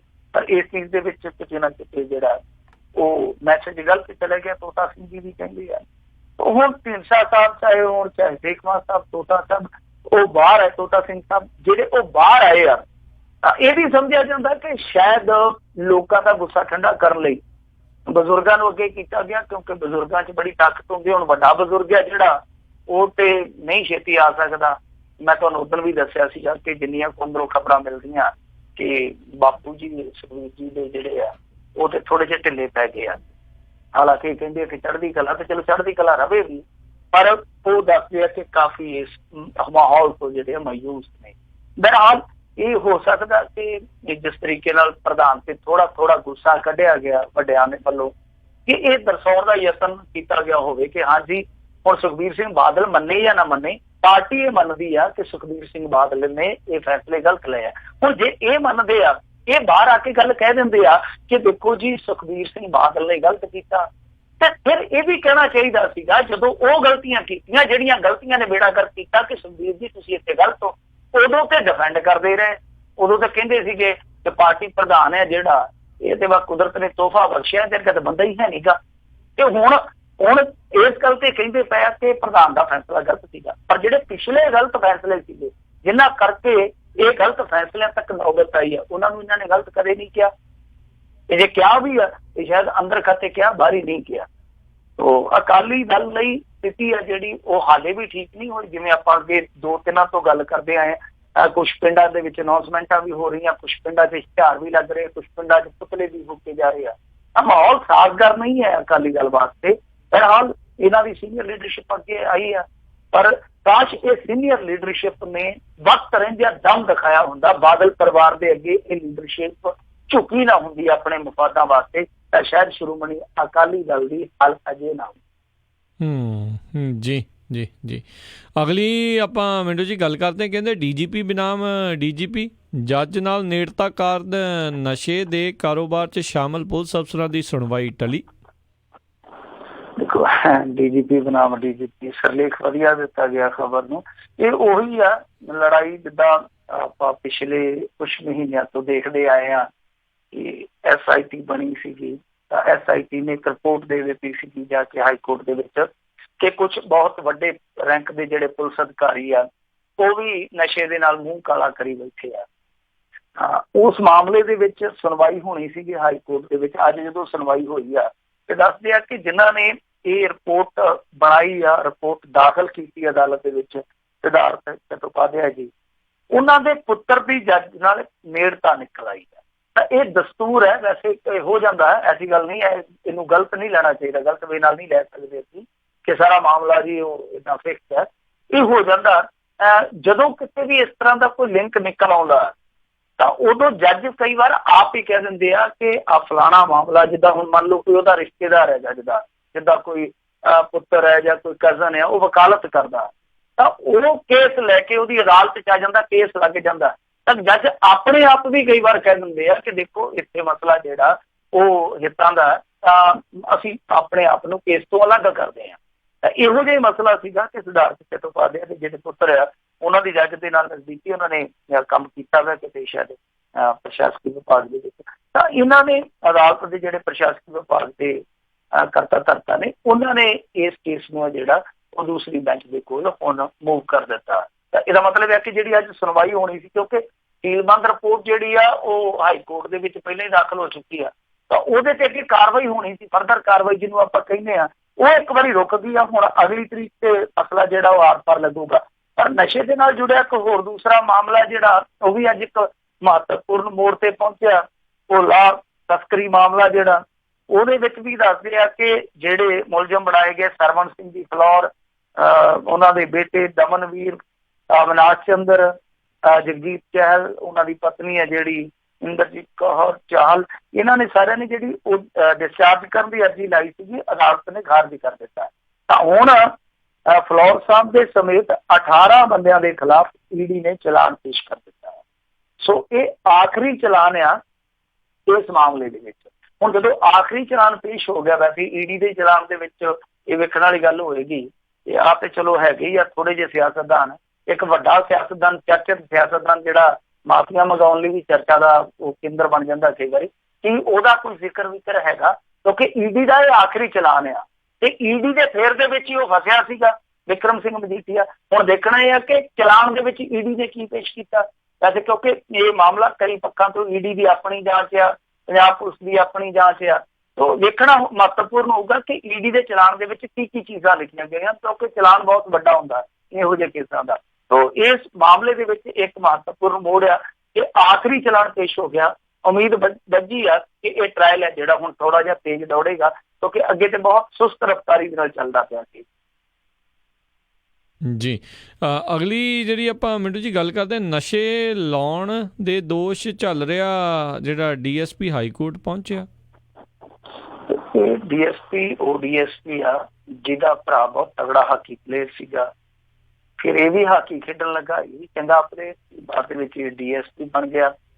ਡੀਐਸਪੀ ਬਣਨ ਤੋਂ ਬਾਅਦ ਇਹਦੀ ਜਿਹੜੀ ਜੋਤੀ ਪਈ ਉਹ ਇੰਦਰਜੀਤ ਧੁਰਾਂ ਦੇ ਨਾਲ ਸੀ। ਇੱਕ ਐਸਐਸਪੀ ਚਰਚਾ ਦਾ ਵਿਸ਼ਾ ਜਿਹੜਾ ਬਣਿਆ ਰਹਿੰਦਾ, ਉਹ ਇਹ ਤਿੰਨੇ ਇਕੱਠੇ ਰਹੇ ਆ ਬਹੁਤਾ ਸਮਾਂ। ਇਹ ਤਿਕੜੀ ਜਿਹੜੀ ਹੈ ਨਾ, ਤਿਕੜਮਬਾਜ਼ੀ ਕਾਫੀ ਕਰਦੀ ਰਹੀ ਹੈ, ਜਾਂਚਾਂ ਪੜਤਾਲਾਂ ਚੱਲੀਆਂ ਇਹਨਾਂ ਤੇ। ਪਰ ਸਭ ਤੋਂ ਵੱਡਾ ਦੋਸ਼ ਇਹਦੇ ਤੇ ਲੱਗਾ ਸੀਗਾ ਇਹ ਕਿ ਇੱਕ ਕੁੜੀ ਨੇ ਪ੍ਰੈਸ ਕਾਨਫਰੰਸ ਕਰਕੇ ਆਖਿਆ ਸੀਗਾ ਕਿ ਇਹ ਡੀਐਸਪੀ ਆ ਜਿਹੜਾ, ਇਹਨੇ ਨਾ ਸਿਰਫ ਮੈਨੂੰ ਨਸ਼ੇ ਤੇ ਲਾਇਆ, ਮੁੜ ਕੇ ਨਾ ਇਹ ਨਸ਼ਾ ਦੇਣ ਕਰਕੇ ਇਹਨੇ ਵਿਕਾਉਣਾ ਵੀ ਸ਼ੁਰੂ ਕਰਾ ਦਿੱਤਾ। ਤਾਂ ਉਹ ਕੁੜੀ ਜਿਹਨੇ ਇਹਦੇ ਤੇ ਦੋਸ਼ ਲਾਏ ਸੀਗੇ, ਉਹਦੇ ਬਾਬਤ ਹੁਣ ਇਹਨੇ ਚਾਰਾਜੋਈ ਕੀਤੀ ਆ ਜਾ ਕੇ ਹਾਈ ਕੋਰਟ ਦੇ ਵਿੱਚ ਕਿ ਦੇਖੋ ਜੀ ਇਹ ਮਾਮਲਾ ਜਿਹੜਾ ਉਹ ਸਾਰਾ ਸਿਆਸਤ ਤੋਂ ਪ੍ਰੇਰਿਤ ਆ। ਇਹਨੇ ਬੈਕਗਰਾਉਂਡ ਵੀ ਦੱਸਿਆ, ਕਹਾਣੀ ਦਾ ਪਿਛੋਕੜ ਵੀ ਦੱਸਿਆ। ਕਹਿੰਦਾ ਕਿ ਜਿਹੜਾ ਰਾਣਾ ਗੁਰਜੀਤ ਸਿੰਘ ਆ, ਕਦੇ ਮੈਂ ਇਹਦੇ ਖਿਲਾਫ ਤੇ DDR ਦਰਜ ਕੀਤੀ। DDR ਹੁੰਦੀ ਹੈ ਜਿਹੜੀ FIR ਤੋਂ ਪਹਿਲਾਂ ਦਰਜ ਕੀਤੀ ਜਾਂਦੀ ਹੈ ਜੀ। ਤਾਂ ਕਹਿੰਦਾ ਕਿ ਇਹਨੂੰ ਮੈਂ ਨਾਮਜ਼ਦ ਕੀਤਾ ਸੀਗਾ DDR ਦੇ ਵਿੱਚ। ਹੁਣ ਜਦੋਂ ਪਾਵਰਲੈਸ ਬੰਦਾ ਪਾਵਰ ਦੇ ਵਿੱਚ ਆਇਆ ਤੇ ਫਿਰ ਇਹਨੇ ਪਾਵਰ ਦੇ ਨਾਲ ਮੈਨੂੰ ਝਟਕਾ ਦੇ ਦਿੱਤਾ। ਸੋ ਅਸਲ ਦੇ ਵਿੱਚ ਕਹਿੰਦਾ ਕਿ ਗੱਲ ਆ ਹੋਰ ਕੁਛ ਵੀ ਨਹੀਂ। ਤੇ ਨਾਲ ਉਹਨੇ ਹਵਾਲਾ ਦਿੱਤਾ, ਕਹਿੰਦਾ ਕਿ ਜਿਸ ਨਸ਼ਾ ਛਡਾਊ ਕੇਂਦਰ ਦੇ ਕਰਕੇ ਇਹ ਸਭ ਕੁਛ ਹੋਇਆ, ਕਿਉਂਕਿ ਤੁਹਾਨੂੰ ਯਾਦ ਹੋਣਾ ਨਸ਼ਾ ਛਡਾਊ ਕੇਂਦਰ ਦਾ ਉਦਘਾਟਨ ਸੀ ਜਿਹੜਾ ਖਾਸ ਤੌਰ ਤੇ ਬੀਬੀਆਂ ਲਈ ਬਣਾਇਆ ਗਿਆ ਸੀ ਕਪੂਰਥਲੇ 'ਚ, ਤੇ ਉਦੋਂ ਹੀ ਪ੍ਰੈਸ ਕਾਨਫਰੰਸ ਹੋਈ ਤੇ ਅਗਲੇ ਦਿਨ ਫਿਰ ਜਿਹੜੇ ਬੈਂਸ ਸਾਹਿਬ ਆ ਜਾਂ ਖਹਿਰਾ ਸਾਹਿਬ ਆ, ਉਹਨਾਂ ਨੇ ਗੱਲ ਤਾਂ ਦੀ ਤਾਂ ਚੱਕ ਦਿੱਤੀ। ਇਹ ਕਹਿੰਦਾ ਕਿ ਉਹ ਜਿਹੜਾ ਨਸ਼ਾ ਛਡਾਊ ਕੇਂਦਰ ਸੀ ਸਿਰਫ ਤੇ ਸਿਰਫ ਉਹਦਾ ਉਦਘਾਟਨ ਕਰਾਇਆ ਹੀ ਇਸੇ ਮਕਸਦ ਨਾਲ ਗਿਆ। ਵੈਸੇ ਇਸ ਗੱਲ ਦੇ ਵਿੱਚ ਦਮ ਵੀ ਆ, ਕਿਉਂਕਿ ਉਹ ਜਿਹੜਾ ਨਸ਼ਾ ਛਡਾਊ ਕੇਂਦਰ ਸੀ ਉਹਦੇ ਵਿੱਚ ਇਹ 2 ਕੁੜੀਆਂ ਹੀ ਖੜੀਆਂ ਗਈਆਂ ਤੇ ਅਗਲੇ ਦਿਨ ਜਦੋਂ ਪੱਤਰਕਾਰਾਂ ਨੇ ਜਾ ਕੇ ਵੇਖਿਆ ਉਹ ਲੌਕ ਸੀਗਾ, ਉਹਨੂੰ ਜਿੰਦਰੇ ਲੱਗੇ, ਜਿੰਦਰੇ ਲਮਕਦੇ ਪਏ। ਤਾਂ ਇਸ ਮਾਮਲੇ ਤੇ ਹੁਣ ਇਹਨੇ ਸਫਾਈ ਦਿੱਤੀ ਹੈ ਕਿ ਇਹ ਸਾਰਾ ਕੁਛ ਹੈ ਜਿਹੜਾ ਉਹ ਵਿਉਂਤ ਕੇ ਕੀਤਾ ਗਿਆ, ਸਿਆਸੀ ਖੇਡ ਕੱਢੀ ਗਈ। ਵੈਸੇ ਇੱਕ ਚੀਜ਼ ਹੋਰ ਵੀ ਵੇਖਣ ਵਾਲੀ ਹੈ, ਦੇਖੋ ਇਸ ਬੰਦੇ ਤੇ ਦੋਸ਼ ਇਹੋ ਜਿਹੇ ਲੱਗੇ ਆ ਕਿ ਆਪਾਂ ਇਹਨੂੰ ਇੱਕੋ ਝਟਕੇ 'ਚ ਕਲੀਨ ਚਿੱਟ ਤੇ ਵੈਸੇ ਵੀ ਆਪਾਂ ਦੇਣ ਵਾਲੇ ਕੌਣ ਹੁੰਦੇ ਇਹ ਕੰਮ ਤੇ ਨੇਤਾਵਾਂ ਦਾ ਜਾਂ ਅਦਾਲਤਾਂ ਦਾ, ਤਾਂ ਇੱਕੋ ਝਟਕੇ 'ਚ ਤਾਂ ਨਹੀਂ ਕਿਹਾ ਜਾ ਸਕਦਾ ਕਿਉਂਕਿ ਬਹੁਤ ਸਾਰੇ ਇਲਜ਼ਾਮਾਤ ਇਹਦੇ ਤੇ ਹੈਗੇ ਆ। ਪਰ ਇੱਕ ਚੀਜ਼ ਨੋਟ ਕਰਨ ਵਾਲੀ ਹੈ ਜਿਹੜੀ, ਦੇਖੋ ਇੱਕ ਤੇ ਇਹ ਹੈਗਾ ਕਿ ਨਸ਼ਾ ਛਡਾਊ ਕੇਂਦਰ ਦਾ ਉਦਘਾਟਨ ਦਾ ਅਗਲੇ ਦਿਨ ਤਾਲੇ ਲਮਕਦੇ। ਦੂਜਾ ਹੈ ਕਿ ਚੱਲਦੀ ਪ੍ਰੈਸ ਕਾਨਫਰੰਸ ਦੇ ਵਿੱਚ ਕੁੜੀ ਕਹਿੰਦੀ ਆ ਕਿ ਇਸ ਨੰਬਰ ਤੇ ਜਿਹੜਾ DSP ਦਾ ਨੰਬਰ ਆ, ਮੈਂ ਤੇ 2 ਸਾਲ ਫੋਨ ਕਰਦੀ ਸੀ, ਚਾਹੇ ਕਾਲ ਰਿਕਾਰਡ ਕਢਾ ਕੇ ਦੇਖੀ। ਜਦੋਂ ਪੱਤਰਕਾਰਾਂ ਨੇ ਕਿਹਾ ਕਿ ਇਹਦਾ ਨੰਬਰ ਕਿੰਨਾ, ਉਹਨੇ ਤੋਤੇ ਵਾਂਗੂ ਬੋਲ ਦਿੱਤਾ, ਕਹਿੰਦੇ ਆਹ ਇੰਨਾ ਨੰਬਰ ਆ। ਤੇ ਜਦੋਂ ਪੁੱਛਿਆ ਕਿ ਤੁਹਾਡਾ ਕਿਹੜਾ ਨੰਬਰ ਆ, ਜਿਹੜੇ ਨੰਬਰ ਤੋਂ ਤੁਸੀਂ ਕਾਲ ਕਰਦੇ ਸੀ, ਤੇ ਕਹਿੰਦੀ ਉਹ ਤੇ ਮੈਂ ਭੁੱਲ ਗਈ। ਹੁਣ ਤੁਸੀਂ ਇੱਕ ਇਹ ਗੱਲ ਸੋਚ ਕੇ ਦੇਖੋ ਕਿ ਤੁਹਾਨੂੰ ਮੇਰਾ ਨੰਬਰ ਰਟਾਇਆ ਹੋਵੇ, ਕਹੋ ਤੁਸੀਂ ਕਲੇਮ ਕਰੋ ਕਿ ਮੈਂ 1.5 ਸਾਲ ਫੋਨ ਕਰਦਾ ਰਿਹਾ ਲਗਾਤਾਰ ਮਿੰਟੂ ਨੂੰ, ਤੇ ਜੇ ਕੋਈ ਤੁਹਾਨੂੰ ਪੁੱਛੇ ਬਈ ਤੁਹਾਡਾ ਨੰਬਰ ਕਿੰਨਾ ਯਾਦ ਆ, ਤੁਸੀਂ ਕਹੋ ਨਹੀਂ ਯਾਰ ਮੈਂ ਤੇ ਆਪਦਾ ਨੰਬਰ ਭੁੱਲ ਗਿਆ, ਤਾਂ ਦਾਲ 'ਚ ਕੁਛ ਕਾਲਾ ਲੱਗੇਗਾ। ਸੋ ਮਾਮਲਾ ਜਿਹੜਾ ਉਦੋਂ ਵੀ ਸ਼ੱਕੀ ਜਾਪਿਆ ਸੀਗਾ, ਸਵਾਲ ਉਦੋਂ ਵੀ ਉੱਠੇ ਸੀਗੇ, ਪਰ ਹੁਣ DSP ਨੂੰ ਉੱਥੇ ਸਾਬਤ ਕਰਨਾ ਪਊਗਾ। ਵੈਸੇ ਤੇ ਬਰਖਾਸਤ DSP ਆ, ਪਰ ਇਹਨੂੰ ਸਾਬਤ ਕਰਨਾ ਪਊਗਾ ਕਿ ਇਹ ਸਭ ਕੁਛ ਰਾਜਨੀਤੀ ਤੋਂ ਪ੍ਰੇਰਿਤ ਸੀ। ਔਰ ਜਿਹੜੇ ਦੋਸ਼ ਲੱਗੇ ਇਹਦੇ ਤੇ, ਉਹ ਦੋਸ਼ ਜਿਹੜੇ ਆ ਉਹ ਸਿਰਫ ਤੇ ਸਿਰਫ ਇੱਕ ਕੌਂਸਪੀਰੇਸੀ ਸੀਗੀ, ਉਹਦੇ ਤੋਂ ਇਲਾਵਾ ਕੁਛ ਨਹੀਂ ਸੀ। ਪਰ ਇਹ ਸਾਬਤ ਕਰਨਾ ਇਹਦੇ ਲਈ ਹੁਣ ਇੰਨਾ ਸੌਖਾ ਨਹੀਂ, ਕਿਉਂਕਿ ਇੱਕ ਤੇ ਵਰਦੀ ਲੱਥੀ ਹੋਈ ਹੈ, ਜੇਲ੍ਹ 'ਚ ਬੈਠਾ। ਦੂਜਾ ਇਹ ਆ ਕਿ ਜੇ ਰਾਣਾ ਗੁਰਜੀਤ ਸਿੰਘ ਨਾਲ ਸੱਚਮੁੱਚ ਇਹਦਾ ਕੋਈ ਸਿਆਸੀ ਵੈਰ ਵਿਰੋਧ ਹੈਗਾ, ਦਵੈਸ਼ ਹੈਗਾ, ਤੇ ਫਿਰ ਰਾਣਾ ਗੁਰਜੀਤ ਸਿੰਘ ਏਡੀ ਛੇਤੀ ਇਹਨੂੰ ਸੁੱਕਿਆ ਤੇ ਜਾਣ ਨਹੀਂ ਦੇਣ ਲੱਗਾ। ਜੀ ਜੀ ਜੀ। ਅਗਲੀ ਮਿੰਟੂ ਜੀ ਆਪਾਂ ਗੱਲ ਕਰਦੇ, ਕਹਿੰਦੇ ਹੁਣ ਸਕੂਲ ਹੋਣਗੇ ਦੂਸਰਿਆਂ ਦੇ ਆਸਰੇ। ਦੂਸਰਿਆਂ ਦੇ ਆਸਰਿਆਂ ਤੋਂ ਭਾਵ ਇਹ ਹੁੰਦਾ ਕਿ ਹੁਣ ਦਾਨੀ ਸੱਜਣ ਹੀ ਚਲਾਉਣਗੇ, ਪਰ ਦਾਨੀਆਂ ਦੇ ਸਹਾਰੇ ਕਦੋਂ ਤੱਕ ਇਹ ਕੰਮ ਚੱਲੂਗਾ। ਆ ਪਿਛਲੀ ਸਰਕਾਰ ਨੇ ਜਦੋਂ ਦੀਨਾਨਗਰ ਥਾਣੇ ਤੇ ਹਮਲਾ ਨਹੀਂ ਹੋਇਆ ਜੀ, ਤੇ ਇਹਨਾਂ ਨੇ ਕੀ ਕੀਤਾ ਸੀਗਾ, ਇਹਨਾਂ ਨੇ ਐਲਾਨ ਕਰ ਦਿੱਤਾ ਕਿ ਸਾਰੇ ਥਾਣੇ ਆ ਨਾ ਜਿਹੜੇ ਉਹ ਸੀਮੈਂਟਡ ਮੋਰਚੇ ਬਣਾਉਣ ਆਪਣੇ ਮੋਹਰੇ। ਤੇ ਪੁਲਿਸ ਵਾਲੇ ਕਹਿੰਦੇ ਕਿ ਸਾਨੂੰ ਪੈਸੇ ਦਿਓ, ਹੁਣ ਇੱਟਾਂ ਅਸੀਂ ਭੱਠਿਆਂ ਤੋਂ ਜਿਪਸੀਆਂ 'ਚ ਲੱਦ ਕੇ ਚੋਰੀ ਥੋੜੀ ਲੈ ਆਈਏ ਰਾਤ ਨੂੰ, ਸਾਡੇ ਕੋਲ ਕੋਈ ਪੈਸਾ ਨਹੀਂ ਹੈਗਾ। ਇਹ ਕਹਿੰਦੇ ਏਦਾਂ ਕਰੋ, ਕੋਈ ਗੱਲ ਨਹੀਂ, ਸ਼ਹਿਰ ਦੇ ਦਾਨੀਆਂ ਕੋਲ ਚਲੇ ਜਾਓ। ਇਹ ਪੁਲਿਸ ਵਾਲੇ ਜਿਹੜੇ ਜਾ ਕੇ ਦਾਨੀਆਂ ਨੂੰ ਲੱਭਦੇ ਫਿਰਦੇ ਸੀ, ਕੋਈ ਦਾਨੀ ਐਸਾ ਹੋ ਜਿਹੜਾ ਸਾਨੂੰ ਮੋਰਚਾ ਬਣਾ ਕੇ, ਯਾਨੀ ਮੋਰਚੇ ਵੀ ਜਿਹੜੇ ਆ ਪੁਲਿਸ ਨੇ ਮੋਰਚਾਬੰਦੀ ਜਿਹੜੀ ਕਰਨੀ, ਉਹਦੇ ਲਈ ਵੀ ਦਾਨੀ ਸਪਾਂਸਰ ਲੱਭੇ ਜਾ ਰਹੇ। ਉਹ ਕੁਛ ਵੀ ਨਹੀਂ, ਉਹ ਬਠਿੰਡੇ 'ਚ ਕੁਛ ਬੰਦਿਆਂ ਨੇ ਪੈਸੇ ਦਿੱਤੇ, ਬਾਅਦ 'ਚ ਰੌਲਾ ਪੈ ਗਿਆ, ਉਹ ਪੁਲਿਸ ਦੇ ਮਗਰ ਤੁਰੇ ਫਿਰਦੇ, ਕਹਿੰਦੇ ਅਸੀਂ ਨਹੀਂ ਮੋਰਚੇ ਬਣਾਉਣਾ, ਅਸੀਂ ਤਾਂ ਕੈਂਸਲ ਕੀਤਾ ਆਪਦਾ ਦਾਨ ਵਾਪਸ। ਉਹ ਵੀ ਰੌਲਾ ਪਿਆ ਰਿਹਾ। ਇਸ ਤਰ੍ਹਾਂ ਦਾ ਹੀ ਮਾਹੌਲ ਆ। ਹੁਣ ਇਹ ਸਕੂਲ ਕਹਿੰਦੇ ਆ ਬਣਾਉਣੇ ਆ, ਔਰ ਸਕੂਲ ਜਿਹੜੇ ਆ ਉਹ ਅਸੀਂ ਹਵਾਲੇ ਕਰਨੇ ਆ NRI ਦੇ, ਵੱਡੇ ਵੱਡੇ ਜਿਹੜੇ ਕਾਰਪੋਰੇਟ ਘਰਾਣੇ ਆ, ਉਹਨਾਂ ਨੂੰ ਅਸੀਂ ਕਹਿਣਾ ਕਿ ਤੁਸੀਂ ਆਪਣੀ ਗੋਦ ਲਵੋ। ਉਹ ਮਤਲਬ ਕਿ ਇੱਕ ਤਰ੍ਹਾਂ ਨਾਲ ਸਿੱਧੀ ਸਪਸ਼ਟ ਜੀ ਗੱਲ ਆ ਕਿ ਹੱਥ ਖੜੇ ਇਹਨਾਂ ਦੇ ਕਿ ਸਾਥੋਂ ਨਾ ਤਾਂ ਸਕੂਲ ਚੱਲਦੇ ਆ, ਨਾ ਸਾਥੋਂ ਹਸਪਤਾਲ ਚੱਲਦੇ ਆ, ਨਾ ਸਾਥੋਂ ਬੱਸਾਂ ਚੱਲਦੀਆਂ, ਨਾ ਸਾਥੋਂ ਸਿਵਲ ਪ੍ਰਸ਼ਾਸਨ ਚੱਲਦਾ, ਸਾਡਾ ਸਿਰਫ ਤੇ ਸਿਰਫ ਝੂਠ ਚੱਲਦਾ, ਸਕੂਲ ਚੱਲਦਾ, ਫਰੇਮ ਚੱਲਦਾ, ਹੋਰ ਸਾਥੋਂ ਕੱਖ ਨਹੀਂ ਚੱਲਦਾ। ਤੇ ਇਹ ਲੋਕਾਂ ਨੂੰ ਵੀ ਸੋਚਣਾ ਚਾਹੀਦਾ ਕਿ ਕਿਹੋ ਜਿਹੀਆਂ ਗੌਰਮੈਂਟਾਂ ਚੁੱਕ ਕੇ ਆਪਣੇ ਸਿਰ ਤੇ ਬਿਠਾ ਲੈਂਦੇ ਆ, ਇਹਨਾਂ ਦੇ ਕੋਲੋਂ ਕੱਖ ਨਹੀਂ ਚੱਲਦਾ, ਤੇ ਇਹੋ ਜਿਹੀਆਂ ਗੌਰਮੈਂਟਾਂ ਨੂੰ ਚੱਲਦਾ ਕਰ ਦੇਣਾ ਚਾਹੀਦਾ। ਇਹਨਾਂ ਦੇ ਕੋਲ ਕੁਛ ਵੀ ਨਹੀਂ ਬਣਦਾ। ਵੈਸੇ ਇਹ ਫਿਰਤ ਪਹਿਲਾਂ ਨਹੀਂ ਹੈ, ਪਹਿਲਾਂ ਵੀ ਪਈ ਹੋਈ ਆ, ਇਹ ਪਹਿਲੀ ਦਫਾ ਨਹੀਂ ਹੋਈ। ਅਕਾਲੀ ਭਾਜਪਾ ਸਰਕਾਰ ਨੇ ਵੀ ਇੱਕ ਕੰਮ ਸ਼ੁਰੂ ਕਰ ਦਿੱਤਾ ਸੀਗਾ ਕਿ ਇੰਨੇ ਪੈਸੇ ਦੇ ਦਿਓ ਸਕੂਲ ਨੂੰ, ਤੇ ਸਕੂਲ ਦਾ ਨਾਂ ਜਿਹੜਾ ਉਹ ਆਪਣੇ ਮਰਜ਼ੀ ਦੇ ਮੁਤਾਬਕ ਰੱਖ ਲਓ। ਤੇ ਰੌਲਾ ਪੈ ਗਿਆ ਕਈ ਥਾਵਾਂ ਤੇ ਕਿ ਜਿਹੜੇ ਪਾਈਆ ਫੀਮ ਵੇਚਦੇ ਰਹੇ ਸੀ ਆਪਣੇ ਜ਼ਮਾਨੇ 'ਚ ਤੇ ਗੁਜ਼ਰ ਗਏ ਏਦਾਂ ਹੀ ਲਾਂਤਾਂ ਲੂਣਤਾਂ ਖੱਟ ਕੇ ਲੋਕਾਂ ਦੀਆਂ, ਉਹਨਾਂ ਦੇ ਵੀ ਗਾਂ ਪੋਤਰਿਆਂ ਪੜਪੋਤਰਿਆਂ ਨੇ ਭਰ ਕੇ ਪੈਸੇ ਥੋੜੇ ਜਿਹੇ ਤੇ ਆਪਣੇ ਬਾਬਿਆਂ ਦੇ ਨਾਲ ਖਾਤੇ। ਤੇ ਲੋਕ ਪਿੱਟਦੇ ਸੀਗੇ ਕਿ ਜਿਹੜੇ ਬੰਦੇ ਨੂੰ ਸਾਰਾ ਪਿੰਡ ਲਾਂਤਾਂ ਪਾਉਂਦਾ, ਉਹਦਾ ਨਾਂ ਤੁਸੀਂ ਉਹ ਬੋਰਡ ਤੇ ਲਾਇਆ, ਸਕੂਲ ਦੇ ਗੇਟ ਤੇ ਲਾਇਆ। ਹੁਣ ਦੇਖਣਾ ਇਹ ਹੋਏਗਾ ਕਿ ਅੱਗੇ ਕੌਣ ਆਉਂਦਾ। ਪਰ ਸਰਕਾਰਾਂ ਕਦੋਂ ਤੱਕ ਦੂਸਰੇ ਤੇ ਸੁੱਟ ਕੇ ਚੱਲਣਗੀਆਂ? ਕੁਛ ਫਰਜ਼ ਇਹਨਾਂ ਦੇ ਵੀ ਆ। ਸਾਰਾ ਕੁਛ ਜੇ ਲੋਕਾਂ ਨੇ ਹੀ ਕਰਨਾ ਆਪਣੇ ਟੈਕਸਾਂ ਨਾਲ, ਸਾਰਾ ਕੁਛ ਜਿਹੜਾ ਦਾਨੀਆਂ ਨਾਲ ਹੀ ਚੱਲਣਾ ਸਾਰਾ ਕੁਝ, ਤੇ ਫਿਰ ਇਹ ਤੇ ਕੀ ਇਹਨਾਂ ਨੂੰ ਨਜ਼ਰ ਬੱਟੂ ਬਿਠਾਇਆ ਪੰਜਾਬ ਤੇ ਕਿ ਨਜ਼ਰ ਨਾ ਲੱਗੇ। ਜ਼ਰੂਰਤ ਤੇ ਇਸ ਗੱਲ ਦੀ ਕਿ ਵੱਡੇ ਵੱਡੇ ਜਿਹੜੇ ਦਾਅਵੇ ਕਰਕੇ ਆਏ ਸੀਗੇ, ਅਸੀਂ ਖਜ਼ਾਨੇ ਭਰ ਕੇ ਭਰਪੂਰ ਕਰਕੇ ਇਹ ਕਰ ਦਿਆਂਗੇ, ਉਹ ਕਰ ਦਿਆਂਗੇ, ਉਹ ਜਿਹੜੇ ਇਹਨਾਂ ਦੇ ਮਿਰਜ਼ਾ ਗਾਲਬ ਸਾਹਿਬ ਆ ਸ਼ਾਇਰਾਨਾ ਅੰਦਾਜ਼ ਦੇ ਵਿੱਚ ਹਮੇਸ਼ਾ ਬਿਆਨਬਾਜ਼ੀਆਂ ਕਰਦੇ ਆ, ਮਨਪ੍ਰੀਤ ਬਾਦਲ ਜੀ, ਉਹਨਾਂ ਨੂੰ ਸਾਹਮਣੇ ਆ ਕੇ ਇਹ ਗੱਲਾਂ ਕਹਿਣੀਆਂ ਚਾਹੀਦੀਆਂ ਕਿ ਹੁਣ ਤੁਹਾਡੀਆਂ ਉਹ ਪਾਲਿਸੀਆਂ ਕਿੱਥੇ ਗਈਆਂ ਜਿਨ੍ਹਾਂ ਨੂੰ ਤੁਸੀਂ ਵਿਖਾ ਕੇ, ਜਿਨ੍ਹਾਂ ਨੂੰ ਤੁਸੀਂ ਪ੍ਰਚਾਰ ਕੇ ਲੋਕਾਂ ਦੀਆਂ ਵੋਟਾਂ ਹਾਸਲ ਕੀਤੀਆਂ ਸੀਗੀਆਂ। ਕਿ ਉਹ ਪਾਲਿਸੀਆਂ ਹਾਲੇ ਤੱਕ ਜੰਮੀਆਂ ਨੇ ਕਿ ਤੁਹਾਡੀ ਰਾਜਨੀਤੀ ਦੇ ਪੇਟ ਦੇ ਵਿੱਚ ਜਾਂ ਗਰਭ ਦੇ ਵਿੱਚ ਹੀ ਹਾਲੇ ਵੀ? ਜੀ ਜੀ ਜੀ। ਅਤੇ ਮਿੰਟੂ ਜੀ ਬਹੁਤ ਬਹੁਤ ਜਿਹੜਾ ਆਪਾਂ ਹੁਣ ਜਿਹੜੇ ਇੱਥੇ ਇੱਕ ਬ੍ਰੇਕ ਲਵਾਂਗੇ, ਅਤੇ ਬ੍ਰੇਕ ਤੋਂ ਬਾਅਦ ਦੇ ਵਿੱਚ ਜਿਹੜੇ ਅੱਜ ਸਰੋਤੇ ਆ ਉਹਨਾਂ ਦੀਆਂ ਆਪਾਂ ਕਾਲਸ ਵੀ ਲਵਾਂਗੇ। ਅਤੇ ਸਰੋਤਿਓ ਤੁਸੀਂ ਵੀ ਕਾਲ ਕਰ ਸਕਦੇ ਹੋ ਬ੍ਰੇਕ ਤੋਂ ਬਾਅਦ 'ਚ, ਜਿਹੜਾ ਵੀ ਤੁਹਾਡਾ ਕੋਈ ਸਵਾਲ ਹੈਗਾ ਆ ਪੰਜਾਬ ਦੀ ਭਾਰਤ ਦੀ ਸਿਆਸਤ ਨੂੰ ਲੈ ਕੇ। ਫੋਨ ਕਰਨ ਦੇ ਲਈ ਨੰਬਰ ਹੈਗਾ 408 272 5200 4082725200। ਅਤੇ ਮਿਲਦੇ ਹਾਂ ਆਪਾਂ ਆਪਣੇ ਸਰੋਤਿਆਂ ਨੂੰ ਬ੍ਰੇਕ ਤੋਂ ਬਾਅਦ। ਅਤੇ ਬ੍ਰੇਕ ਤੋਂ ਬਾਅਦ 'ਚ ਜਿਹੜੇ ਮਿੰਟੂ ਜੀ ਇਹਨੂੰ ਸਵਾਲ ਤੁਸੀਂ ਉਹ ਪੁੱਛ ਸਕੋਗੇ।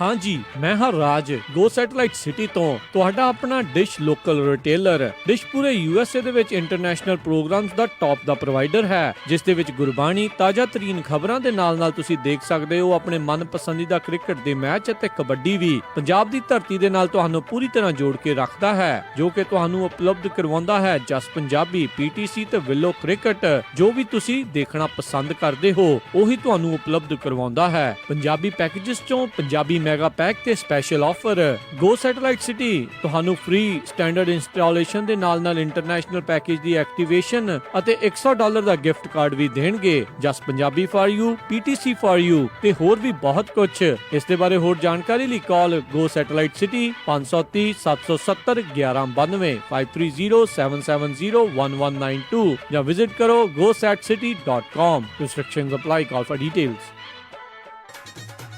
ਉਹ ਜੈਸਮੀਨ ਦੀ ਮੰਗਣੀ ਤਾਂ ਹੋ ਗਈ, ਹੁਣ ਜੀ ਕਰਦਾ ਪਰੀਆਂ ਵਾਂਗ ਵਿਆਹ ਕਰਾਂ ਆਪਣੀ ਧੀ ਦਾ। ਓਹੋ ਜੀ, ਫਿਕਰ ਨਾ ਕਰੋ, ਤੁਹਾਡੀ ਪਰੀ ਦੇ ਸਾਰੇ ਚਾਅ ਪੂਰੇ ਕਰਾਂਗੇ। ਸੈਕਰਾਮੈਂਟੋ 'ਚ ਹੁਣ ਖੁੱਲ ਗਿਆ ਗ੍ਰੈਂਡ ਪਵੇਲੀਅਨ ਬੈਂਕੁਏਟ ਹਾਲ। 1000 ਤੋਂ ਵੱਧ ਗੈਸਟ ਦੀ ਕੈਪੈਸਿਟੀ ਤੇ 300 ਪੈਟੀਓ ਵਾਲਾ ਹਾਲ ਹੈ ਇੱਥੇ। ਓਏ ਵਾਹ! ਐ ਨਹੀਂ, ਇੱਥੇ ਮੰਡਪ ਦਾ ਵੀ ਖਾਸ ਪ੍ਰਬੰਧ ਹੈ। ਮੁੰਡੇ ਕੁੜੀ ਦੇ ਤਿਆਰ ਹੋਣ ਲਈ ਵਧੀਆ ਖੁੱਲੇ ਡੁੱਲੇ ਰੂਮ। ਜੋੜੀ ਦੀ ਐਂਟਰੀ ਸਪੈਸ਼ਲ ਪੌੜੀਆਂ ਤੋਂ ਹੁੰਦੀ ਹੈ, ਪਰੀ ਕਹਾਣੀਆਂ ਵਾਂਗ। ਬਿਲਕੁਲ ਨਵਾਂ ਸਜਿਆ ਹਾਲ, ਨਾਲ ਹੀ ਦੂਜੇ ਹਾਲ 'ਚ ਜਾਗੋ ਜਾਂ ਪਾਰਟੀ ਵੀ ਸਕਦੇ ਹੋ। 300 ਮਹਿਮਾਨਾਂ ਦੇ ਬੈਠਣ ਦਾ ਖਾਸ ਪ੍ਰਬੰਧ।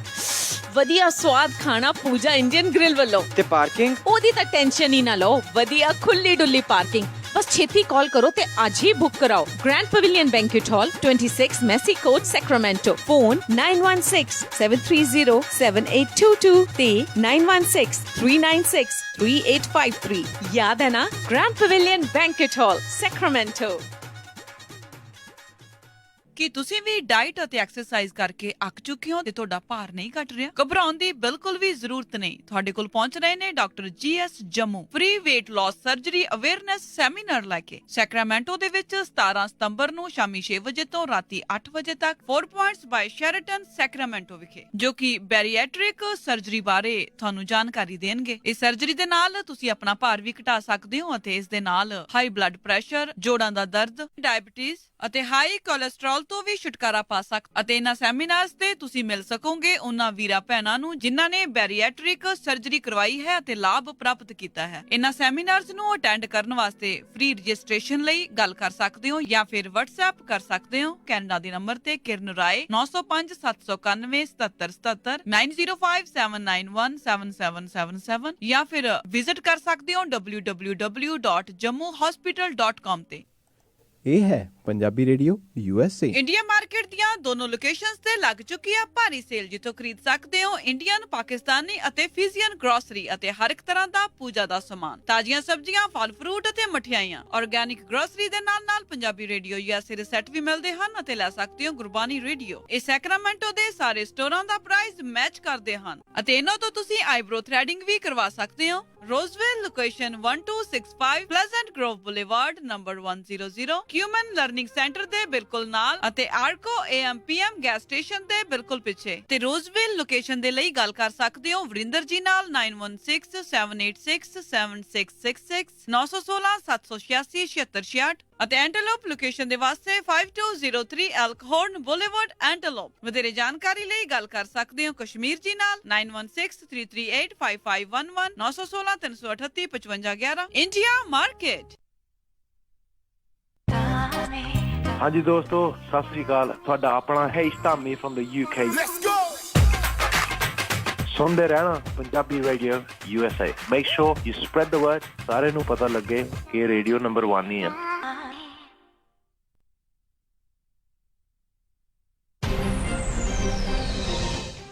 ਪੰਜਾਬੀ ਰੇਡੀਓ USA ਸੁਣ ਰਹੇ ਸਾਰੇ ਹੀ ਸਰੋਤਿਆਂ ਨੂੰ ਇੱਕ ਵਾਰੀ ਫੇਰ ਨਿੱਘੀ ਜੀ ਆਇਆਂ ਨੂੰ। ਸਭ ਦਾ ਸਵਾਗਤ ਹੈ। ਸਰੋਤਿਓ, ਪ੍ਰੋਗਰਾਮ ਚੱਲ ਰਿਹਾ ਜੀ ਇਸ ਟਾਈਮ ਖਬਰ ਤੇ ਨਜ਼ਰ। ਮਿੰਟੂ ਜੀ, ਜੀ ਆਇਆਂ ਨੂੰ, ਸਵਾਗਤ ਹੈ ਜੀ ਇੱਕ ਵਾਰੀ ਫੇਰ ਜੀ। ਸ਼ੁਕਰੀਆ ਜੀ। ਤੇ ਸਰੋਤਿਓ, ਜੇ ਤੁਹਾਡਾ ਵੀ ਕੋਈ ਸਵਾਲ ਹੈਗਾ ਮਿੰਟੂ ਜੀ ਨੂੰ ਜਿਹੜਾ ਤੁਸੀਂ ਪੁੱਛਣਾ ਚਾਹੁੰਦੇ ਹੋ ਤਾਂ ਕਾਲ ਕਰ ਸਕਦੇ ਹੋ। ਫੋਨ ਲਾਈਨਸ ਹੁਣ ਓਪਨ ਨੇ। ਨੰਬਰ ਹੈਗਾ ਕਾਲ ਕਰਨ ਦੇ ਲਈ 408 272 5200 4082725200 ਦੇ ਉੱਤੇ। ਤੇ ਆਪਣੇ ਪਹਿਲੇ ਕਾਲਰ ਉਹਨਾਂ ਦੇ ਨਾਲ ਗੱਲਬਾਤ ਕਰਦੇ ਹਾਂ, ਬਲਰਾਜ ਸਿੰਘ ਜੀ। ਸਤਿ ਸ਼੍ਰੀ ਅਕਾਲ, ਸਵਾਗਤ ਹੈ ਜੀ। ਹੈਲੋ ਜੀ ਵੀਰੇ, ਸਤਿ ਸ਼੍ਰੀ ਅਕਾਲ ਜੀ। ਸਤਿ ਸ਼੍ਰੀ ਅਕਾਲ ਮਿੰਟੂ ਵੀਰੇ, ਸਤਿ ਸ਼੍ਰੀ ਅਕਾਲ ਜੀ। ਜੀ ਸਤਿ ਸ਼੍ਰੀ ਅਕਾਲ ਜੀ ਸਰਦਾਰ ਸਾਹਿਬ। ਮੈਂ ਵੀਰੇ ਉਹ ਪੁੱਛਣਾ ਸੀਗਾ ਨਾ ਵੀ ਜਿਵੇਂ ਹੁਣ ਆ ਜਦੋਂ ਦਾ ਰੈਫਰੈਂਡਮ 2020 ਦਾ ਚੱਲਿਆ ਵਾ ਹਨਾ ਗੱਲਬਾਤ ਜੀ, ਤੇ ਉਦੋਂ ਦੀ ਹੁਣ ਜਿਵੇਂ ਫੇਸਬੁੱਕ ਤੇ ਆਪਾਂ ਨੈਟ ਹੀ ਦੇਖਦੇ ਹਾਂ ਨਾ, ਕਈ ਐਵੇਂ ਵੀਡੀਓ ਜੀ ਪਾ ਦਿੰਦੇ, ਅਸੀਂ ਮਾਰ ਦਿਆਂਗੇ, ਚੱਕ ਦਿਆਂਗੇ ਹਨਾ। ਫਿਰ ਮੁੜ ਕੇ ਜਿਵੇਂ ਦੂਜੇ ਦਿਨ ਹੀ ਉਹਨਾਂ ਦੀ ਮਾਫੀ ਦੀ ਆਏ ਵੀ ਹਾਏ ਜੀ ਸਾਥੋਂ ਗਲਤੀ ਹੋ ਗਈ ਹਨਾ। ਤੇ ਵੀ ਤੁਹਾਡੇ ਹਿਸਾਬ ਨਾਲ ਵੀ ਅੱਗੇ ਵੀ ਆਪਾਂ ਦੇਖਦੇ ਵੀ ਡਰਾਮੇ ਜੇ ਕਿੰਨਾ ਕੁ ਟਾਈਮ ਚੱਲਣਗੇ। ਤੇ ਇੱਕ ਮੇਰਾ ਸਵਾਲ ਇਹ ਸੀਗਾ ਬਈ ਜਿਵੇਂ ਇਹ ਕਹਿੰਦੇ ਵੀ 2022 ਤੱਕ ਕਹਿੰਦੇ ਆ ਹਨਾ ਬਈ ਅਸੀਂ ਸਾਰਿਆਂ ਨੂੰ ਹਿੰਦੂ ਬਣਾ ਦਿਆਂਗੇ, ਵੀ ਮੁਸਲਮਾਨਾਂ ਨੂੰ ਵੀ ਸਿੱਖਾਂ ਨੂੰ ਵੀ ਚੱਕ ਦਿਆਂਗੇ। ਤੇ ਵੀ ਤੁਹਾਨੂੰ ਕੀ ਲੱਗਦਾ ਹੋ ਜਾਣਗੇ ਕਾਮਯਾਬ? ਤੇ ਜੇ ਕਾਮਯਾਬ ਹੁੰਦੇ ਆ ਤਾਂ ਵੀ ਫਿਰ ਇਹ ਤੋਂ ਬਾਅਦ 'ਚ ਰਿਜ਼ਲਟ ਕਿਵੇਂ ਆਉਣਗੇ? ਵੀ ਜਿਵੇਂ ਹੁਣ ਤਾਂ ਜਿਵੇਂ ਹੜ੍ਹ ਆਉਂਦਾ ਵਾ ਸਿੱਖ ਲੰਗਰ ਲਾ ਦਿੰਦੇ ਆ ਹਨਾ, ਤੇ ਫਿਰ ਹੜ੍ਹ ਹੁੜ ਤਾਂ ਫੇਰ ਵੀ ਆਉਂਦੇ ਹੀ ਰਹਿਣੇ ਆ। ਇਹ ਤਾਂ ਚੱਲ ਕੁਦਰਤ ਆ ਹਨਾ, ਇਹ ਤਾਂ ਕੋਈ ਰੋਕ ਨਹੀਂ ਸਕਦਾ ਵੀ ਫੇਰ ਉੱਥੇ ਲੰਗਰ ਲੰਗਰ ਦਾ ਕੀ ਹਿਸਾਬ ਕਿਤਾਬ ਹੋਊਗਾ। ਬਸ ਇੰਨਾ ਕਹੀਏ ਸੀਗਾ। ਨਹੀਂ, ਜਿਹੜਾ ਕੰਮ ਔਰੰਗਜ਼ੇਬ ਨਹੀਂ ਕਰ ਸਕਿਆ ਹੋਰ ਇਹੋ ਜਿਹੇ ਲੋਕ ਨਹੀਂ ਕਰ ਸਕੇ ਕੀ ਇਹ ਕਰ ਦੇਣਗੇ? ਤੁਸੀਂ ਮੰਨਦੇ ਹੋ ਕਿ ਇਹ ਦੇਸ਼ ਜਿਹਦੀ ਬੁਨਿਆਦ ਹੀ ਧਰਮ ਨਿਰਪੇਖਤਾ ਤੇ ਖਲੋਤੀ ਆ, ਇਹਨੂੰ ਕੋਈ 4 ਸਾਲਾਂ ਦੇ ਵਿੱਚ ਇੱਕ ਧਰਮ ਦੇ ਰੰਗ 'ਚ ਰੰਗ ਦਊਗਾ? ਕੀ ਪੋਸੀਬਲ ਆ? ਔਰ ਕੀ ਅੱਜ ਦੇ ਦੌਰ 'ਚ ਇਸ ਤਰ੍ਹਾਂ ਕੀਤਾ ਜਾ ਸਕਦਾ ਕਿ ਤੁਸੀਂ ਰਾਤੋਂ ਰਾਤ ਇੰਨਾ ਜ਼ੁਲਮ ਕਰੋ ਕਿ ਬਸ ਇੱਕੋ ਝੰਡਾ ਚਲਾ ਦਿਓ? ਕਿੱਦਾਂ ਨਹੀਂ ਹੋ ਸਕਦਾ। ਪਰ ਇਹਨਾਂ ਉੱਤੇ ਲਾਲੇ ਪਏ ਹੋਏ ਆ। 2019 ਦਾ ਜਿਹੜਾ ਇਹਨਾਂ ਨੇ ਇਮਤਿਹਾਨ ਦੇਣਾ, ਇਹਦੇ ਤੁਸੀਂ ਦੇਖਿਆ ਨਹੀਂ ਹੈ ਕਿਸ ਤਰ੍ਹਾਂ ਲੱਗੇ ਪਏ ਆ ਇੱਥੇ, ਕਿਸ ਤਰ੍ਹਾਂ RSS ਦੇ ਹੇਠਲਾ ਕੱਢ ਰਿਹਾ ਜਿਹੜਾ ਉਹ ਜਾ ਕੇ ਰਿਪੋਰਟਾਂ ਤਿਆਰ ਕਰਦਾ ਪਿਆ। ਇਹਨਾਂ ਦੇ ਤਾਂ ਭਾਦੀਆਂ ਬੜੀਆਂ ਪਈਆਂ। ਸੋ ਇਹ ਮੈਨੂੰ ਨਹੀਂ ਲੱਗਦਾ ਕਿ 4 ਸਾਲਾਂ ਦੇ ਵਿੱਚ ਕੁਛ ਇਸ ਤਰ੍ਹਾਂ ਦਾ ਚਮਤਕਾਰ ਕਰ ਸਕਦੇ ਆ। ਔਰ ਨਾ ਹੀ ਇਸ ਤਰ੍ਹਾਂ ਕੁਛ ਹੋਇਆ। ਉਬਾਲੇ ਅੱਗੇ ਵੀ ਆਏ ਆ, ਬਥੇਰੀ ਵਾਰੀ ਆਏ ਆ, ਬਥੇਰੀ ਵਾਰੀ ਇਹਨਾਂ ਨੇ ਇਸ ਤਰ੍ਹਾਂ ਕਿਹਾ ਤੇ ਕਹਿੰਦੇ ਆ। ਇਹ ਤੇ 1925-26 ਦੇ ਕਹਿਣ ਡਏ ਆ ਤੇ ਕਹੀ ਜਾਣ, ਪਰ ਇਸ ਤਰ੍ਹਾਂ ਨਹੀਂ ਹੋਏਗਾ ਕਿ ਰਾਤੋਂ ਰਾਤ ਇਹ ਇਸ ਦੇਸ਼ ਨੂੰ ਹਿੰਦੂਤਵ ਦੇ ਰੰਗ 'ਚ ਰੰਗ ਦੇ। ਦੂਜੀ ਗੱਲ ਜਿਹੜੀ ਤੁਸੀਂ ਕਹੀ ਆ ਕਿ ਲੰਗਰ, ਦੇਖੋ ਲੰਗਰ ਤੇ ਚੱਲ ਰਹੀ ਆ। ਕੋਈ ਲੰਗਰ ਇੱਕ ਧਰਮ ਨਹੀਂ ਲਾਉਂਦਾ, ਲੰਗਰ ਸਾਰੇ ਲਾਉਂਦੇ ਜਿਨ੍ਹਾਂ ਦੇ ਅੰਦਰ ਇਨਸਾਨੀਅਤ ਹੈ। ਉਹ ਹਰੇਕ ਹੀ ਇਨਸਾਨ ਦੀ ਹੈਲਪ ਕਰਦਾ, ਚਾਹੇ ਉਹ ਕਿਤੇ ਵੀ ਆ, ਕਿਹੋ ਜਿਹੇ ਵੀ ਮਾਹੌਲ 'ਚ ਆ, ਜਿਹਦੇ ਅੰਦਰ ਇਨਸਾਨੀਅਤ ਜਿਉਂਦੀ ਆ। ਇਹ ਸਾਰਾ ਕੁਛ ਹੈ ਜਿਹੜਾ ਚੱਲਦਾ ਹੀ ਰਹਿੰਦਾ। ਇਹਦੇ ਨਾਲ ਮੇਰੇ ਖਿਆਲ ਦੇ ਨਾਲ ਇਸ ਚੀਜ਼ ਨੂੰ ਲਿੰਕ ਨਹੀਂ ਕਰਨਾ ਚਾਹੀਦਾ। ਪਰ ਸਭ ਤੋਂ ਵੱਡਾ ਸਵਾਲ ਹੈ ਕਿ ਏਡੀ ਛੇਤੀ ਤੁਸੀਂ ਮੰਨਿਆ ਕਿੱਦਾਂ ਕਿ ਇਹ ਇਸ ਤਰ੍ਹਾਂ ਹੋ ਜਾਊਗਾ? ਮੈਨੂੰ ਨਹੀਂ ਲੱਗਦਾ ਕਿ ਇਸ ਤਰ੍ਹਾਂ ਦਾ ਕੋਈ ਮਾਹੌਲ ਹੈ ਉਹ ਏਡੀ ਛੇਤੀ ਪਨਪੂਗਾ ਤੇ ਫਿਰ ਏਡੀ ਛੇਤੀ ਕਿਸੇ ਸਿੱਟੇ ਤੇ ਦਵਾ ਦਾ ਪਹੁੰਚਾ ਦੂਗਾ। ਜੇ ਇਸ ਤਰ੍ਹਾਂ ਪਹੁੰਚ ਗਿਆ ਤਾਂ ਸਿੱਟੇ ਤੇ ਤੁਹਾਡੇ ਸਾਹਮਣੇ ਹੀ ਆ। ਜੀ ਜੀ, ਅਗਲੇ ਕਾਲਰ ਨੇ ਜਸਬੀਰ ਜੀ। ਸਤਿ ਸ਼੍ਰੀ ਅਕਾਲ ਜਸਬੀਰ ਜੀ। ਹਾਂਜੀ, ਸਤਿ ਸ੍ਰੀ ਅਕਾਲ ਜੀ ਮਿੱਟੂ ਸਾਹਿਬ। ਸਤਿ ਸ੍ਰੀ ਅਕਾਲ ਜੀ। ਸਤਿ ਸ਼੍ਰੀ ਅਕਾਲ ਜੀ। ਹਾਂਜੀ ਬਾਈ ਜੀ, ਮੈਂ ਇੱਕ ਸਵਾਲ ਹੈ ਕਿ ਮੈਂ ਇੱਕ ਗੱਲ ਕਹਿਣਾ ਚਾਹੁੰਦਾ ਕਿ ਅਗਰ ਸਭ ਤੋਂ ਮੱਝ ਦੀ ਜਾਂ ਸਾਈਕਲ ਦੀ ਕਿਸ਼ਤ ਨਾ ਦਿੱਤੀ ਜਾਵੇ, ਸਾਡੇ ਘਰ ਆ ਜਾਂਦਾ ਬੈਂਕ ਲੈਣ, ਸਾਈਕਲ ਚੁੱਕਣਾ ਇਹਦਾ, ਮੱਝ ਦਾ ਸੰਗਲ ਖੋਲਣ ਚੱਲੇ। ਹੁਣ ਜਿਨ੍ਹਾਂ ਨੇ ਪੰਜਾਬ ਦਾ ਖਜ਼ਾਨਾ ਖਾਲੀ ਕੀਤਾ ਹੈ, ਹੋਰ ਚੀਜ਼ਾਂ ਦੀ ਤਾਂ ਇਨਕੁਆਇਰੀ ਮੱਝ ਵੀ ਕਿਸ਼ਤਾਂ ਤੇ ਮਿਲਦੀ ਆ। ਹਾਂਜੀ, ਅਗਰ ਮੱਝ ਵੀ ਕਿਸ਼ਤ ਤੇ ਮਿਲ ਜਾਂਦੀ। ਮੱਝ ਮਤਲਬ ਪਹਿਲਾਂ ਲੋਨ ਦੇ ਦਿੰਦੇ ਸੀ ਨਾ ਆਪਣੇ ਪੁਰਾਣੇ ਜ਼ਮਾਨੇ ਵੀ ਲੋਨ ਤੇ ਵੀ। ਅਤੇ ਇਹ ਜੀ ਅਗਰ ਉਹ ਨਾ ਕਰ ਦੇਣ ਵੀ ਇੱਕ, ਅਗਰ ਇਹ ਉਹ ਕਰਨ ਤੇ ਵੀ ਇਹਨੂੰ ਕੀ ਕਹਿੰਦੇ, ਜਿਨ੍ਹਾਂ ਨੇ ਖਜ਼ਾਨੇ ਖਾਲੀ ਕੀਤੇ, ਜਿਨ੍ਹਾਂ ਨੇ ਇੰਨਾ ਕੀਤਾ, ਹੋਰ ਚੀਜ਼ਾਂ ਦੀ ਇਨਕੁਆਇਰੀ ਬਹਿੰਦੀ ਹੈ ਕਿ ਇਹਨਾਂ ਚੀਜ਼ਾਂ ਦੀ ਇਨਕੁਆਇਰੀ ਨਹੀਂ ਬਹਿ ਸਕਦੀ ਵੀ ਇਹ ਖਜ਼ਾਨਾ ਗਿਆ ਕਿੱਥੇ, ਪਹਿਲਾਂ ਇੰਨਾ ਸੀ ਹੁਣ ਕਿੱਥੇ ਹੈ? ਉਹ ਤਾਂ ਤੁਸੀਂ ਸਰਕਾਰੀ ਦਫ਼ਤਰ 10-10 ਪੈਸੇ ਲੈਣੇ ਹੋਣ ਤੁਹਾਨੂੰ ਲੈਟਰ ਪਾ ਦਿੰਦੇ ਆ, ਹਾਂ ਬਈ ਭੇਜੋ ਸਾਡਾ। ਤੇ ਹੁਣ ਇਹਦਾ ਕੋਈ ਹੋਰ ਨਤੀਜਾ ਨਹੀਂ ਵੀ ਪੈਸਾ ਗਿਆ ਕਿੱਧਰ, ਇੰਨਾ ਗਿਆ ਕਿ ਇੰਨਾ ਮੁਲਕ ਆਪਣਾ ਪ੍ਰਾਂਤ ਆਪਣਾ ਸਟੇਟ ਆਪਣੀ ਇੰਨੀ ਕਰਜ਼ੇ ਥੱਲੇ ਕਿਵੇਂ ਆ ਗਈ? ਥੈਂਕ ਯੂ ਜੀ।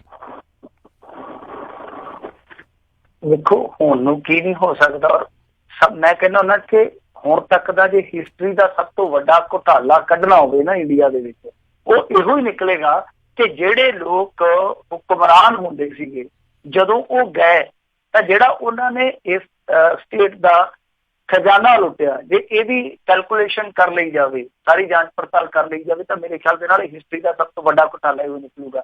ਇੱਥੇ ਆਹ ਦੇਖੋ ਨਾ, ਆ ਪਿੱਛੇ ਜੇ ਇੱਕ ਖਬਰ ਆਈ ਸੀਗੀ, ਇੱਕ ਸੱਜਣ ਉਹ ਕਹਿੰਦਾ ਜੀ ਮੈਂ ਦੰਦ ਭਰਾਇਆ ਤੇ ਕਹਿੰਦੇ ਕਿੰਨੇ ਪੈਸੇ ਲੱਗੇ ਆ? ਕਹਿੰਦਾ ਜੀ 3,70,000 ਰੁਪਇਆ। ਤੇ ਲੋਕੀ ਕਹਿੰਦੇ ਕਮਾਲ ਦੀ ਗੱਲ ਆ ਕਿ ਡਾਕਟਰ ਜਿਹੜੇ ਆ ਸਿੰਗਾਪੁਰ ਤੋਂ ਜਹਾਜ਼ ਚੜ੍ਹ ਕੇ ਪਹਿਲਾਂ ਐਮਾਜ਼ੋਨ ਦੇ ਜੰਗਲਾਂ 'ਚ ਗਏ, ਉਹਨਾਂ ਨੇ ਹਾਥੀ ਮਾਰਿਆ ਉੱਥੇ, ਫਿਰ ਉਹ ਦੰਦ ਉਹਦਾ ਭੋਰਿਆ, ਫਿਰ ਲਿਆ ਕੇ ਉਹ ਭੋਰ ਤੁਹਾਡੀਆਂ ਜੜ੍ਹਾਂ 'ਚ ਭਰਿਆ। ਹੋ ਸਕਦਾ ਫਿਰ ਉਦੋਂ ਦਰਦ ਹੋਈ ਹੋਵੇ ਤੇ ਸ਼ੇਰਨੀ ਦਾ ਦੁੱਧ ਜਿਹੜਾ ਉਹ ਸੋਨੇ ਦੇ ਭਾਂਡੇ 'ਚ ਲਿਆ ਕੇ ਤੁਹਾਨੂੰ ਪਾਇਆ ਹੋਵੇ, ਤਾਂ ਹੀ ਏਡਾ ਬਿੱਲ ਬਣਿਆ। ਜਿਹੜਾ 300 ਰੁਪਏ 'ਚ ਭਰਿਆ ਜਾਂਦਾ, 300 'ਚ ਨਹੀਂ 1300 'ਚ ਭਰਿਆ ਜਾਂਦਾ ਹੋਊਗਾ, ਉਹਨੇ 3,70,000 ਰੁਪਇਆ ਬਿੱਲ। ਤੇਲੰਗਾਨਾ ਦਾ ਮੰਤਰੀ, ਆਂਧਰਾ ਦਾ ਮੰਤਰੀ ਹੈ, ਉਹ ਤੁਸੀਂ ਆਪ ਅੰਦਾਜ਼ਾ ਲਾ ਲਓ।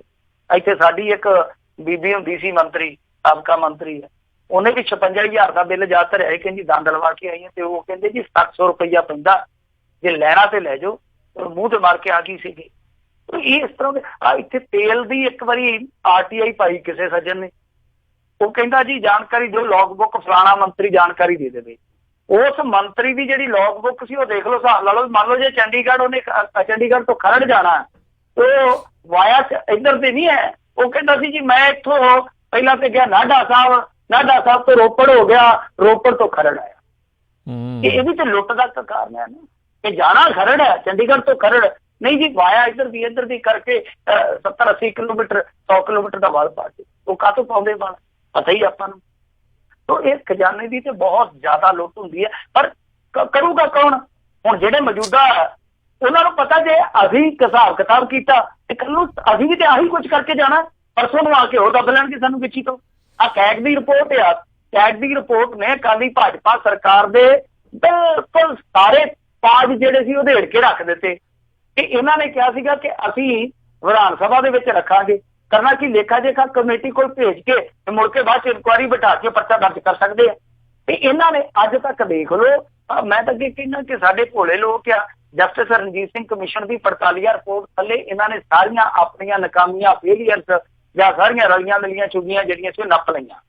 ਤਾਂ ਇਹ ਜਿਹੜੀ ਕੈਗ ਦੀ ਰਿਪੋਰਟ ਸੀ ਇਹਦੇ ਤੇ ਕਾਰਵਾਈ ਕੀਤੀ ਜਾ ਸਕਦੀ ਸੀ, ਇਹਨਾਂ ਤੋਂ ਜਵਾਬ ਤੇ ਘੱਟੋ ਘੱਟ ਲਿਆ ਜਾ ਸਕਦਾ ਸੀ, ਪਰ ਲੈਂਦੇ ਇਸ ਕਰਕੇ ਨਹੀਂ ਕਿਉਂਕਿ ਮੁੜ ਕੇ ਕੱਲ ਨੂੰ ਇਹਨਾਂ ਤੇ ਵੀ ਇਹੋ ਨੌਬਤ ਆ ਸਕਦੀ ਹੈ। ਜੀ ਜੀ, ਅਗਲੇ ਕਾਲਰ ਉਹਨਾਂ ਨਾਲ ਗੱਲ ਕਰਦੇ ਜੀ, ਜੁੜੇ ਹੋਏ ਨੇ ਕੁਲਦੀਪ ਜੀ। ਸਤਿ ਸ਼੍ਰੀ ਅਕਾਲ ਜੀ, ਸਵਾਗਤ ਹੈ। ਹਾਂਜੀ, ਦੋਨਾਂ ਵੀਰਾਂ ਨੂੰ ਸਤਿ ਸ਼੍ਰੀ ਅਕਾਲ ਜੀ। ਸਤਿ ਸ਼੍ਰੀ ਅਕਾਲ। ਹਾਂਜੀ ਵੀਰ ਜੀ, ਮੇਰਾ ਸਵਾਲ ਸੀਗਾ, ਜਿਵੇਂ ਰਾਜੋਣਾ ਸਾਹਮਣੇ ਚਿੱਠੀ ਲਿਖੀ ਆ ਕੁਝ ਦਿਨ ਪਹਿਲਾਂ ਹੈ ਨਾ, ਅਕਾਲੀ ਦਲ ਦੀ ਕਾਫੀ ਉਹਦੇ ਵਿੱਚ ਤਾਰੀਫ ਵੀ ਕੀਤੀ ਗਈ ਆ, ਫਿਰ ਤੁਸੀਂ ਖਬਰ ਵੀ ਸ਼ੇਅਰ ਕੀਤੀ ਸੀ ਕਿ ਇਹ ਸੈਂਟਰ ਦੇ ਵਿੱਚ ਜਾ ਕੇ ਉਹਨੂੰ ਮਿਲ ਕੇ ਵੀ ਆਏ ਨੇ। ਕੀ ਇਹ ਹੋ ਸਕਦਾ ਕਿ ਜਿਸ ਤਰ੍ਹਾਂ ਹੁਣ ਅਕਾਲੀ ਦਲ ਤੇ ਬਹੁਤ ਮਾੜਾ ਸਮਾਂ ਚੱਲ ਰਿਹਾ, ਇਹ ਕੋਈ ਪੰਥਕ ਹੁਣ ਇਸ ਤਰ੍ਹਾਂ ਦਾ ਕੋਈ ਪੱਤਾ ਖੇਡਣ ਨੂੰ ਫਿਰਦੇ ਹੋਣ, ਜੋ ਕਿ ਬਾਦਲ ਸਾਹਿਬ ਹੁਣ ਤੱਕ ਖੇਡ ਕੇ ਆਏ ਆ, ਉਹਨਾਂ ਨੂੰ ਬਾਹਰ ਕੱਢਣ ਦੇ ਮਾਮਲੇ ਵਿੱਚ।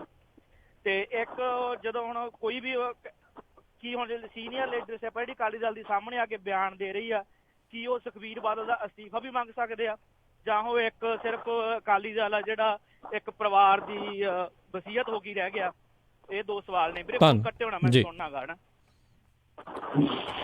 ਨਹੀਂ ਦੇਖੋ, ਪ੍ਰਧਾਨ ਨੇ ਅਸਤੀਫਾ ਤੇ ਕੀ ਦੇਣਾ, ਜੇ ਦੇ ਵੀ ਦਿੱਤਾ ਤੇ ਅੱਗੇ ਵੀ ਇਹਨਾਂ ਦੇ ਕਿੰਨੇ 36 ਦੇ ਗਏ ਸੀ ਅਸਤੀਫਾ, ਬੇਅਦਬੀਆਂ ਦੇ ਕਹਿੰਦੇ ਜੀ ਵਿਰੋਧ ਹੈ ਆ। ਤੇ ਹੋਇਆ ਕੀ ਕਿ ਜਦੋਂ ਧਰਨੇ ਚੁੱਕੇ ਗਏ ਤੇ ਉਹੀ ਅਸਤੀਫੇ ਜੇ ਹੀ ਜਿਹੜੇ ਉਹ ਲਤੀਫੇ ਜੇ ਬਣ ਗਏ। ਤੇ ਮੁੜ ਕੇ ਸਾਡੇ ਤਾਂ ਇੱਥੇ ਇਲਾਕੇ ਦਾ ਇੱਕ ਲੀਡਰ ਆ, ਉਹ ਅਸਤੀਫਾ ਦੇਗਾ ਜੀ, ਅਸਤੀਫਾ ਦੇਗਾ ਅਕਾਲੀਆਂ ਤੋਂ। ਦੂਜੇ ਦਿਨ ਵੇਖਿਆ ਤੇ ਕਹਿੰਦੇ ਸੁੱਚਾ ਸਿੰਘ ਛੋਟੇਪੁਰ ਤੋਂ ਸਰੋਪਾ ਪਾ ਗਿਆ। ਤੀਜੇ ਦਿਨ ਵੇਖਿਆ ਤੇ ਫੇਰ ਜਾ ਕੇ ਸੁਖਬੀਰ ਸਿੰਘ ਬਾਦਲ ਹੋਰਾਂ ਦੇ ਗੋਡੇ ਮੁੱਢ ਬੈਠਾ ਸੀ। ਤੇ ਫੇਰ ਥੋੜੇ ਜਿਹੇ ਦਿਨ ਪਾਏ ਜਦੋਂ ਕਾਂਗਰਸ ਦੀ ਹਵਾ ਵਗੀ ਤਾਂ ਕਾਂਗਰਸ ਤੇ ਚਲੇ ਗਿਆ। ਤੇ ਬਹਾਨਾ ਇਹ ਬਣਾਇਆ ਕਿ ਬੇਅਦਬੀਆਂ ਦਾ ਜੀ ਮੈਨੂੰ ਬਹੁਤ ਦੁੱਖ ਹੈ। ਸੋ ਇਸ ਤਰ੍ਹਾਂ ਵੀ ਕੀਤਾ ਇਹਨਾਂ ਨੇ। ਅਸਤੀਫੇ ਕਈ ਵਾਰ ਜਿਹੜੇ ਉਹ ਸਿਆਸੀ ਪੈਂਤੜੇਬਾਜ਼ੀ ਤੋਂ ਵੀ ਲੈ ਜਾ ਸਕਦੇ ਆ, ਦਿੱਤੇ ਜਾ ਸਕਦੇ ਆ, ਪਰ ਐਸੀ ਨੌਬਤ ਨਹੀਂ ਆਊਗੀ। ਜੇ ਮੰਨ ਲਓ ਸੁਖਬੀਰ ਬਾਦਲ ਅਸਤੀਫਾ ਦਿੰਦਾ ਤੇ ਉਹਦੇ ਚ ਵੀ ਤੇ ਬਹੁਤ ਵੱਡਾ ਮੈਸੇਜ ਹੈ ਜਿਹੜਾ ਉਹ ਨੈਗੇਟਿਵ ਜਾਊਗਾ। ਤਾਂ ਦੂਸਰੇ ਪਾਸੇ ਤੋਂ ਜਿਹੜੀ ਗੱਲ ਕਰਨ ਵਾਲੀ ਉਹ ਇਹੋ ਹੀ ਆ ਕਿ ਇਹਨਾਂ ਲੋਕਾਂ ਨੇ, ਜਿਹੜੇ ਲੋਕ ਹੁਣ ਕਹਿੰਦੇ ਆ ਕਿ ਉਹ ਰਿਪੋਰਟ ਜੀ ਸਾਨੂੰ ਪੰਥਕ ਵਿਰੋਧੀ ਬਣਾ ਗਈ ਆ, ਤੇ ਇਹਨਾਂ ਨੂੰ ਬੰਦਾ ਪੁੱਛੇ ਕਿ ਤੁਸੀਂ ਬਾਦਲ ਨੂੰ ਕਾਹਤੋਂ ਪੰਥ ਮੰਨ ਲਿਆ ਸੀ ਪਹਿਲਾਂ ਚੁੱਪ ਕਰਕੇ, ਬਾਦਲ ਦੇ ਹਾਣ ਪਰਿਵਾਰ ਦੇ ਹੋ ਕੇ? ਤੁਸੀਂ ਤਾਂ ਬਾਦਲ ਸਾਹਿਬ ਨੂੰ ਪੰਥ ਬਣਾ ਲਿਆ, ਬਾਦਲ ਪਰਿਵਾਰ ਨੂੰ ਪੰਥ ਬਣਾ ਲਿਆ। ਜੋ ਉਹਨਾਂ ਨੇ ਕਰਤਾ ਸੋ ਕਰਤਾ, ਤੁਸੀਂ ਤਾਂ ਬੋਲੇ ਨਹੀਂ। ਸਵਾਲ ਇਹਨਾਂ ਤੇ ਉੱਠਣੇ ਚਾਹੀਦੇ ਆ। ਸੁਖਬੀਰ ਸਿੰਘ ਬਾਦਲ ਤੇ ਤਾਂ ਉੱਠਦੇ ਹੀ ਪਏ ਆ, ਉਹ ਤੇ ਸ਼ਾਸਨ ਕਰਕੇ ਗਿਆ। ਸਵਾਲ ਇਹਨਾਂ ਤੇ ਵੀ ਉੱਠਦੇ ਜਿਹੜੇ ਬਹੁਤ ਲੰਮੇ ਸਮੇਂ ਤੋਂ ਬਹੁਤ ਸਾਰੀਆਂ ਜੱਦੋਜਹਿਦਾਂ ਚੱਲ ਕੇ ਅੱਗੇ ਆਏ ਆ ਲੀਡਰਸ਼ਿਪ ਦੇ ਵਿੱਚ।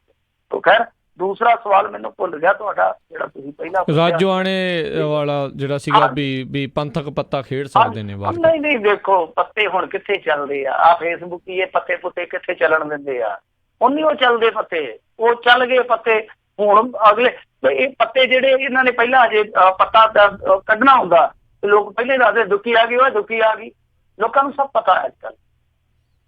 ਜੀ ਜੀ, ਅਗਲੇ ਜਿਹੜੇ ਕਾਲਰ ਨੇ ਆਪਣੇ ਨਾਲ ਜੁੜੇ ਹੋਏ ਗੁਰਦੀਪ ਜੀ। ਸਤਿ ਸ਼੍ਰੀ ਅਕਾਲ ਜੀ, ਸਵਾਗਤ ਹੈ। ਸਤਿ ਸ਼੍ਰੀ ਅਕਾਲ ਜੀ। ਮੇਰੇ ਦੋ ਸਵਾਲ ਹੈ ਭਾਈ, ਕਾਲ ਕੱਟੇ ਹੋਣਾ ਬਾਅਦ ਜੀ। ਤੇ ਇੱਕ ਤਾਂ ਹੈਗਾ ਮਿੰਟੂ ਗੁਰਸਿਆ ਜੀ ਭਾਈ ਦੱਸਦੇ ਸੀਗੇ ਕਿ ਥੋੜੇ ਦਿਨ ਪਹਿਲਾਂ ਇੱਕ ਨਿਊਜ਼ ਦਿੰਦੇ ਕਿ ADC ਜਲੰਧਰ ਬਾਰੇ, ਉਹ ਮੈਂ ਪੁੱਛਣਾ ਵੀ ਹੁਣ ADC ਕੌਣ ਆ ਤੇ ਪਤਾ ਹੋਵੇ। ਇੱਕ ਦੂਜਾ ਕੁਐਸਚਨ ਹੈਗਾ ਕਿ ਬਾਦਲ ਸਾਹਿਬ ਜਿਹੜੇ ਕਿਨੇ 4 ਡਾਕਟਰ ਲੱਗੇ ਉਹਨਾਂ ਦੀ ਦੇਖਭਾਲ ਵਿੱਚ, ਉਹ ਪੁੱਛਣਾ ਸੀ ਵੀ ਉਹ ਘਰੇ ਜਾਂ ਕਿ ਹਸਪੀਟਲ 'ਚ ਆ? ਜੀ, ਥੈਂਕ ਯੂ ਜੀ। ਓਕੇ।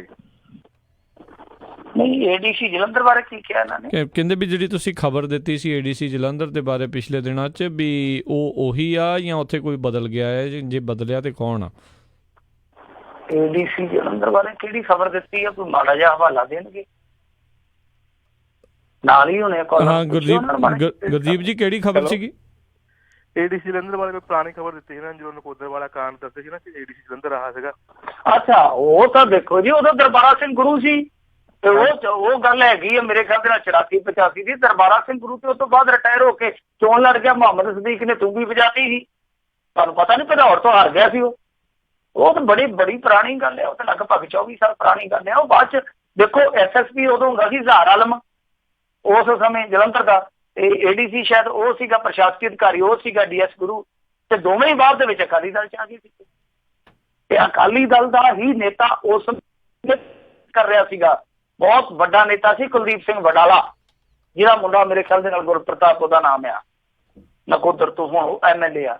ਉਹ ਇਹ ਇੱਕ ਅਕਾਲੀਆਂ ਲਈ ਵੀ ਸਵਾਲ ਬਣਦਾ ਸੀਗਾ ਨਾ ਕਿ ਦੇਖੋ ਤੁਸੀਂ ਉਸ ਸਮੇਂ ਮੋਰਚਾ ਲਾਇਆ, ਤੁਹਾਡੇ ਐਡੇ ਵੱਡੇ ਲੀਡਰ ਨੇ ਅਗਵਾਈ ਕੀਤੀ, ਫਿਰ ਮੁੰਡੇ ਮਰੇ, ਤੇ ਬਾਅਦ ਦੇ ਵਿੱਚ ਉਹੀ ਬੰਦੇ ਜਿਹੜੇ ਕਿ ਸਿਵਲ ਪ੍ਰਸ਼ਾਸਨ ਨੂੰ ਲੀਡ ਕਰ ਰਹੇ ਸੀ ਜਾਂ ਪੁਲਿਸ ਨੂੰ ਲੀਡ ਕਰ ਰਹੇ ਸੀ, ਉਹੀ ਬੰਦੇ ਤੁਸੀਂ ਵਾੜ ਲਏ। ਤੇ ਘੱਟੋ ਘੱਟ ਅੱਜ ਜਿਹੜੇ ਗੁਰਪ੍ਰਤਾਪ ਸਿੰਘ ਵਡਾਲਾ ਜੀ ਆ, ਉਹ ਤੇ ਅੱਗੇ ਲੱਗ ਕੇ ਇਨਸਾਫ ਦਿਵਾਉਣ ਉਹਨਾਂ ਨੂੰ ਜਿਹਨਾਂ ਦੇ ਘਰ ਉਜਾੜ ਦਿੱਤੇ ਪਏ। ਉਹ ਇਹ ADC ਦਾ ਅੱਜ ਦਾ ਮਾਹੌਲ ਵੀ ਹੈ ADC ਵਾਲਾ, ਉਹ ADC ਤੁਰਿਆ ਆਉਂਦਾ, ਉਹ ਤੇ ਰਿਟਾਇਰ ਹੋ ਗਏ ਸੀਗੇ ਜੀ। ਤੇ ਦੂਜਾ ਪੁੱਛਦੇ ਸੀ ਵੀ ਜਿਹੜੇ ਬਾਦਲ ਸਾਹਿਬ ਉਹਨਾਂ ਦੀ ਸਿਹਤ ਨੂੰ ਲੈ ਕੇ ਕਹਿੰਦੇ ਜਿਹੜੇ 2-4 ਲੱਗੇ ਹੋਏ ਨੇ ਡਾਕਟਰ, ਕੀ ਉਹਨਾਂ ਦੇ ਘਰੇ ਨੇ ਜਾਂ ਕਿਸੇ ਹਸਪਤਾਲ ਚ ਦਾਖਲ ਨੇ? ਜ਼ਿਆਦਾਤਰ ਬਾਦਲ ਸਾਹਿਬ ਰਹਿੰਦੇ ਆ ਬਾਲਾਸਰ, ਤੇ ਇੱਥੇ ਘੱਟ ਆਉਂਦੇ ਆ, ਮਤਲਬ ਕਿ ਜਿੱਦਾਂ ਚੰਡੀਗੜ੍ਹ ਕੱਢਾ ਗੇੜਾ ਜਾਂ ਕਿਤੇ ਹੋਰ ਜਾਣਾ ਆਉਣਾ, ਬਾਦਲ ਰਹਿ ਗਏ 1-2 ਦਿਨ, ਤਾਂ ਜਿਹੜੇ 3-4 ਦਿਨ ਬਚਦੇ ਹਫ਼ਤੇ ਦੇ ਜ਼ਿਆਦਾਤਰ ਬਾਲਾਸਰ ਗੁਜ਼ਰਦੇ ਉਹਨਾਂ ਦੇ। ਬਾਲਾਸਰ ਹੈਗਾ ਸਸਤੇ ਜ਼ਿਲ੍ਹੇ ਦੇ ਵਿੱਚ, ਹਰਿਆਣਾ ਟੱਪਦੀ ਹੈ, ਕਿਉਂਕਿ ਇਹਨਾਂ ਦੇ ਪਿੰਡ ਤੋਂ ਮਸੇ 15-20 ਕਿਲੋਮੀਟਰ ਹਰਿਆਣਾ ਸ਼ੁਰੂ ਹੋ ਜਾਂਦਾ। ਉਧਰਲੇ ਪਾਸੇ ਉਹਨੇ ਕਿਹਾ ਨਹੀਂ ਸੀ ਸੁਖਬੀਰ ਬਾਦਲ ਨੇ ਉੱਤੇ ਪਿਪਲੀ ਵਾਲੀ ਰੈਲੀ ਚ, ਪਿਪਲੀ ਲਾਈਵ ਵੈਸੇ ਫਿਲਮ ਵੀ ਹੈਗੀ ਸੀ, ਤੇ ਉਹ ਪਿਪਲੀ ਲਾਈਵ ਦੇ ਵਿੱਚ ਉਹਨਾਂ ਨੇ ਕਿਹਾ ਸੀਗਾ, ਕਹਿੰਦਾ ਜੀ ਕਿ ਸਾਨੂੰ ਵੀ ਹਰਿਆਣੇ ਵਾਲੀ ਸਮਝੋ, ਬਾਅਦ ਦੇ ਵਿੱਚ ਅਸੀਂ ਵੀ ਹਰਿਆਣੇ ਵਾਲੇ ਹੀ ਆ। ਕਹਿੰਦਾ ਕਿ ਬਾਪੂ ਜੀ ਅੱਜ ਕੱਲ੍ਹ ਬਹੁਤਾ ਸਮਾਂ ਜਿਹੜਾ ਹਰਿਆਣੇ ਚ ਗੁਜ਼ਾਰਦੇ, ਪੈਲੀ ਪੂਰੀ ਆਪਣੀ ਇੱਥੇ ਹੀ ਹੈ, ਸਾਰਾ ਕੁਝ ਤੇ ਲੋਕੀ ਕਹਿੰਦੇ ਸੀ ਹੋਟਲ ਭੁੱਲ ਗਏ, ਉਹ ਕਿਸੇ ਨੂੰ ਦਾਨ ਕਰ ਦਿੱਤੇ, ਗਿਫਟ ਕਰ ਦਿੱਤੇ, ਉਹਨਾਂ ਦਾ ਵੀ ਨਾਮ ਲੈ ਦਿਓ ਜੀ। ਅਗਲੇ ਕਾਲਰ ਨੇ ਜਿਹੜੇ ਡਾਕਟਰ ਹੈ ਨਾ ਜੀ, ਹਾਂਜੀ, ਉਹ ਜਿਹੜੇ ਡਾਕਟਰ ਨੇ ਉਹ ਇੱਕ ਟੀਮ ਹੈਗੀ ਆ, ਹੈਲਥ ਟੀਮ ਆ, ਕਿਉਂਕਿ ਚੀਫ ਮਿਨਿਸਟਰ ਆ, 5 ਵਾਰੀਆਂ ਦੇ ਚੀਫ ਮਿਨਿਸਟਰ ਆ, ਉਹ ਨਾਲ ਹੀ ਹੁੰਦੇ ਆ, ਔਰ ਪਹਿਲਾਂ ਵੀ ਸੀਗੇ, ਹੁਣ ਵੀ ਨਾਲ ਜੀ। ਅਗਲੇ ਕਾਲਰ ਨੇ ਇਕਬਾਲ ਸਿੰਘ ਜੀ ਸਿੰਗਾਪੁਰ ਤੋਂ। ਸਤਿ ਸ਼੍ਰੀ ਅਕਾਲ ਜੀ। ਸਤਿ ਸ਼੍ਰੀ ਅਕਾਲ ਜੀ, ਦੋਨਾਂ ਵੀਰਾਂ ਨੂੰ ਸਤਿ ਸ਼੍ਰੀ ਅਕਾਲ, ਸਾਰੇ ਸਰੋਤਿਆਂ ਨੂੰ ਸਤਿ ਸ਼੍ਰੀ ਅਕਾਲ। ਸਤਿ ਸ਼੍ਰੀ ਅਕਾਲ। ਤੇ ਮਿੰਟੂ ਭਾਈ ਜੀ, ਤੁਸੀਂ ਵੈਸੇ ਪਹਿਲਾਂ ਜ਼ਿਕਰ ਕੀਤਾ ਕਿ ਲੀਡਰਸ਼ਿਪ ਅਕਾਲੀ ਦਲ ਦੀ ਜਿਹੜੀ ਅੱਜ ਪ੍ਰੈਸ ਕਾਨਫਰੰਸ ਕਰ ਰਹੀ ਸੀਗੀ, ਤੇ ਮੇਰਾ ਜਿਹੜਾ ਸਵਾਲ ਸੀਗਾ ਵੀ ਉਹ ਜਥੇਦਾਰ ਤੋਰਾ ਸਿੰਘ ਬਾਰੇ ਸੀਗਾ। ਲੰਮਾ ਚੌੜਾ ਤਾਂ ਮੈਂ ਨਾ ਗੱਲ ਕਰੂੰਗਾ, ਕਿਉਂਕਿ ਵਿੱਚੋਂ ਕੱਟ ਕੇ ਉਹਨਾਂ ਦੀ ਪ੍ਰੈਸ ਕਾਨਫਰੰਸ ਸੁਣ ਰਿਹਾ ਸੀ ਸੋਸ਼ਲ ਮੀਡੀਆ ਤੇ ਜੀ। ਉਹਨਾਂ ਨੇ ਕਿਹਾ ਸੀ ਵੀ ਸਰਸੇ ਵਾਲੇ ਨੇ ਜਦੋਂ ਸੈਂਟਰ ਜਿਹਦੀ ਗੌਰਮੈਂਟ ਹੁੰਦੀ ਉਹਨੂੰ ਵੋਟਾਂ ਪਾਈਆਂ, ਉਹਨੂੰ ਉਸ ਟਾਈਮ ਕਾਂਗਰਸ ਨੂੰ ਪਾਈਆਂ, ਉਸ ਟਾਈਮ ਇਹਨੂੰ ਪਾਈਆਂ, ਤੇ ਐਂਡ ਤੇ ਕਿਹਾ ਵੀ ਉਦੋਂ ਜਦੋਂ ਸਾਨੂੰ ਪਾਈਆਂ ਉਦੋਂ ਅੰਦਰ ਮਤਲਬ BJP ਦੀ ਸੀਗੀ, ਸ਼ਾਇਦ ਕੋਈ ਉਹਦੀ ਸੈਟਿੰਗ ਹੋਈ ਹੋਵੇ, ਉਦੋਂ ਬਾਅਦ ਉਹਦੀ ਆਵਾਜ਼ ਹੀ ਕੱਟੀ ਗਈ ਸੀ। ਤੇ ਮੇਰਾ ਕੁਐਸਚਨ ਇਹ ਆ ਵੀ ਸ਼ਾਇਦ ਇਨਡਾਇਰੈਕਟਲੀ ਜਾਂ ਡਾਇਰੈਕਟਲੀ ਆਪਦੇ ਨਹੀਂ ਤਾਂ ਨਹੀਂ ਗੋਲ ਕਰਕੇ ਜਥੇਦਾਰ ਤੋਰਾ ਸਿੰਘ ਜੇ ਗੱਲ ਚੱਕੀ ਗਈ ਤਾਂ ਸੁਣਦਾ ਜਿਵੇਂ ਕੱਟੇ ਉਹਨਾਂ ਤੋਂ। ਨਹੀਂ ਦੇਖੋ, ਮੈਂ ਉਹ ਪ੍ਰੈਸ ਕਾਨਫਰੰਸ ਨਹੀਂ ਸੁਣੀ, ਮੈਂ ਤਾਂ ਜਿਹੜੀਆਂ ਨਿਊਜ਼, ਕਿਉਂਕਿ ਦੇਖੋ ਜਿਹੜਾ ਆਹ ਵੇਲਾ ਹੁੰਦਾ ਨਾ, ਜਿਹੜਾ ਇੰਡੀਆ ਦਾ ਸ਼ਾਮ ਵੇਲਾ, ਤਫਸੀਲ ਨਹੀਂ ਹੁੰਦੀ, ਕਿਉਂਕਿ ਛੋਟੀਆਂ ਸਟੋਰੀਆਂ ਜਿਹੜੀਆਂ ਨੇ ਉਹ ਸਾਡੇ ਤੱਕ ਪਹੁੰਚਦੀਆਂ ਟੁੱਟਦੀਆਂ, ਛੋਟੀਆਂ ਕਿਉਂਕਿ ਇੰਨੀਆਂ ਪ੍ਰੈਸ ਕਾਨਫਰੰਸਾਂ ਹੁੰਦੀਆਂ ਨੇ ਅੱਜ ਕੱਲ੍ਹ ਪੰਜਾਬ ਦੀ ਰਾਜਨੀਤੀ, ਤੁਸੀਂ ਸਾਰੀਆਂ ਨਹੀਂ ਜੇ ਸੁਣ ਸਕਦੇ। ਕੋਈ ਖਹਿਰਾ ਕਰ ਰਿਹਾ, ਕੋਈ ਭਗਵੰਤ ਮਾਨ ਕਰ ਰਿਹਾ, ਜਾਂ ਭਗਵੰਤ ਮਾਨ ਦੇ ਸਮਰਥਕ ਕਰਦੇ ਪਏ ਆ, ਅਕਾਲੀ ਕਰ ਰਹੇ ਆ, ਕਾਂਗਰਸੀ ਕਰ ਰਹੇ ਆ, ਇੰਨੀਆਂ ਪ੍ਰੈਸ ਕਾਨਫਰੰਸ, ਇਹ ਤੇ ਇੱਕ ਰਿਵਾਜ ਜਿਹਾ ਬਣ ਗਿਆ। ਸੋ ਮੈਂ ਨਹੀਂ ਉਹ ਸੁਣੀ ਪ੍ਰੈਸ ਕਾਨਫਰੰਸ, ਸਵੇਰ ਤੱਕ ਆਪਾਂ ਨੂੰ ਪਤਾ ਲੱਗ ਜੂਗਾ ਕੀ ਕਹਿੰਦੇ ਆ, ਫਿਰ ਆਪਾਂ ਨਿਚੋੜ ਵੀ ਕੱਢ ਲਵਾਂਗੇ। ਐਵੇਂ ਬਿਨਾਂ ਪੂਰੀ ਗੱਲ ਸੁਣੀ ਤੋਂ ਆਪਾਂ ਕਿਸੇ ਸਿੱਟੇ ਤੇ ਪਹੁੰਚੀਏ, ਕਿਸੇ ਧਾਰਨਾ ਨੂੰ ਆਪਾਂ ਬਣਾਈਏ, ਪਰਸੈਪਸ਼ਨ ਬਣਾਈਏ, ਤਾਂ ਮੇਰੇ ਖਿਆਲ ਦੇ ਨਾਲ ਠੀਕ ਨਹੀਂ, ਚਾਹੇ ਕੋਈ ਵੀ ਪਾਰਟੀ ਹੈ ਜੀ। ਅਗਲੇ ਕਾਲਰ ਨੇ ਅਮਰੀਕ ਸਿੰਘ ਅਡਵਾਲ ਜੀ। ਸਤਿ ਸ਼੍ਰੀ ਅਕਾਲ। ਹਾਂਜੀ ਸਤਿ ਸ਼੍ਰੀ ਅਕਾਲ ਜੀ, ਰਾਜਕਰ ਜੀ, ਮਿੰਟੂ ਜੀ, ਸਤਿ ਸ਼੍ਰੀ ਅਕਾਲ ਜੀ। ਸਤਿ ਸ਼੍ਰੀ ਅਕਾਲ। ਮੇਰੇ 2 ਸਵਾਲ ਆ, ਸਵਾਲ ਤਾਂ ਬਹੁਤ ਸਾਰੇ ਜਹਿਨ ਚ, ਪਰ 2 ਹੀ ਕਰਨੇ ਆ ਜੀ। ਇੱਕ ਤਾਂ ਸ਼ਾਹਕੋਟ ਵਾਲਾ ਜਿਹੜਾ ਬਾਜਵਾ SHO ਸੀਗਾ ਜਿਮਨੀ ਚੋਣ ਵਾਲਾ, ਉਹਦਾ ਸਟੇਟਸ ਅਪਡੇਟ ਕਰਿਓ, ਕੀ ਆ ਤੇ ਕਿੱਥੇ ਆ, ਕੀ ਚੱਲਦਾ ਜੀ। ਤੇ ਦੂਜਾ ਜਿਹੜਾ ਅਕਾਲੀ ਦਲ ਦੀ ਮਾਨਤਾ ਰੱਦ, ਦੂਜਾ ਅਕਾਲੀ ਦਲ ਦੀ ਮਾਨਤਾ ਰੱਦ ਕਰਨ ਲਈ ਕੀ ਚੱਲਦਾ ਜੀ। ਦੁਬਾਰਾ ਪੁੱਛਿਓ ਦੂਜਾ ਸਵਾਲ, ਅਕਾਲੀ ਦਲ ਦਾ ਕਿਹਦਾ? ਦੂਜਾ ਜਿਹੜੀ ਅਕਾਲੀ ਦਲ ਦੀ ਮਾਨਤਾ ਰੱਦ ਹੋਣ ਲਈ 30 ਸਾਲ ਤੋਂ ਕੇਸ ਚੱਲ ਰਿਹਾ ਹੁਸ਼ਿਆਰਪੁਰ ਅਦਾਲਤ ਵਿੱਚ, ਉਹ ਕਿਸ ਥਾਂ ਤੇ ਪਹੁੰਚਾ, ਉਹਦਾ ਕੀ ਅਪਡੇਟ ਹੈ, ਕੀ ਸਟੇਟਸ ਹੈਗਾ ਇਸ ਵੇਲੇ। ਵੀ ਮਾਨਤਾ ਰੱਦ ਹੋਣੀ ਚਾਹੀਦੀ ਇਲੈਕਸ਼ਨ ਤੋਂ ਪਹਿਲਾਂ ਜਾਂ ਕਿੱਥੇ ਖੜਾ ਹੈ ਇਸ ਵੇਲੇ? ਮਾਨਤਾ ਰੱਦ ਵਾਲਾ ਕਿਉਂਕਿ ਆਖਰੀ ਪੜਾਅ ਤੇ ਸੀ ਉਹ ਜੀ, ਧਾਰਮਿਕ ਇਲੈਕਸ਼ਨਾਂ ਲੜ ਰਹੇ ਉਸ ਚਿੰਨ ਤੇ, ਜਦ ਕਿ ਉਹ ਰਿਆਸਤੀ ਤੌਰ ਤੇ ਰਜਿਸਟਰਡ ਆ ਚੋਣ ਨਿਸ਼ਾਨ ਜਿਹੜਾ ਤਕੜੀ ਸੀ ਜੀ। Thank you. ਨਹੀਂ ਦੇਖੋ, ਕੇਸ ਹਾਲੇ ਨਹੀਂ ਨਿਬੜਦਾ ਕਿਉਂਕਿ ਉਹ ਬਜ਼ੁਰਗ ਹੈ ਵਿਚਾਰਾ, ਜਿਹੜਾ ਉਹ ਬਹੁਤ ਜ਼ਿਆਦਾ ਬਜ਼ੁਰਗੀ ਦੀ ਅਵਸਥਾ ਦੇ ਵਿੱਚ ਆ। ਮੈਨੂੰ ਨਹੀਂ ਲੱਗਦਾ ਕਿ ਉਹਦੇ ਜਿਉਂਦੇ ਜੀ ਇਹ ਨੇਪਰੇ ਚੜ ਜਾਊਗਾ, ਕਿਉਂਕਿ ਦੇਖੋ ਅਕਾਲੀਆਂ ਕੋਲ ਬਥੇਰਾ ਵੱਡਾ ਢਾਂਚਾ ਹੈਗਾ। ਕਦੇ ਕਹਿ ਦਿੰਦੇ ਉਹਦੇ ਕੋਲ ਰਿਕਾਰਡ ਆ, ਉਹ ਆਉਂਦਾ ਕਹਿੰਦਾ ਜੀ ਨਹੀਂ ਮੈਂ ਤੇ ਰਿਕਾਰਡ ਵਾਲੀ ਜਿਹੜੀ ਚਾਬੀ ਆ ਫਲਾਣੇ ਨੂੰ ਦੇਤੀ, ਫਲਾਣੇ ਜਥੇਦਾਰ ਨੂੰ। ਉਹ ਜਥੇਦਾਰ ਉਹ ਕਹਿੰਦਾ ਜੀ ਕਿ ਮੈਂ ਤੇ ਕਾਕੇ ਜੀ ਦੇ ਕੋਲ ਕੈਨੇਡਾ ਗਿਆ, ਅਗਲੀ ਵਾਰੀ ਆਊਂਗਾ।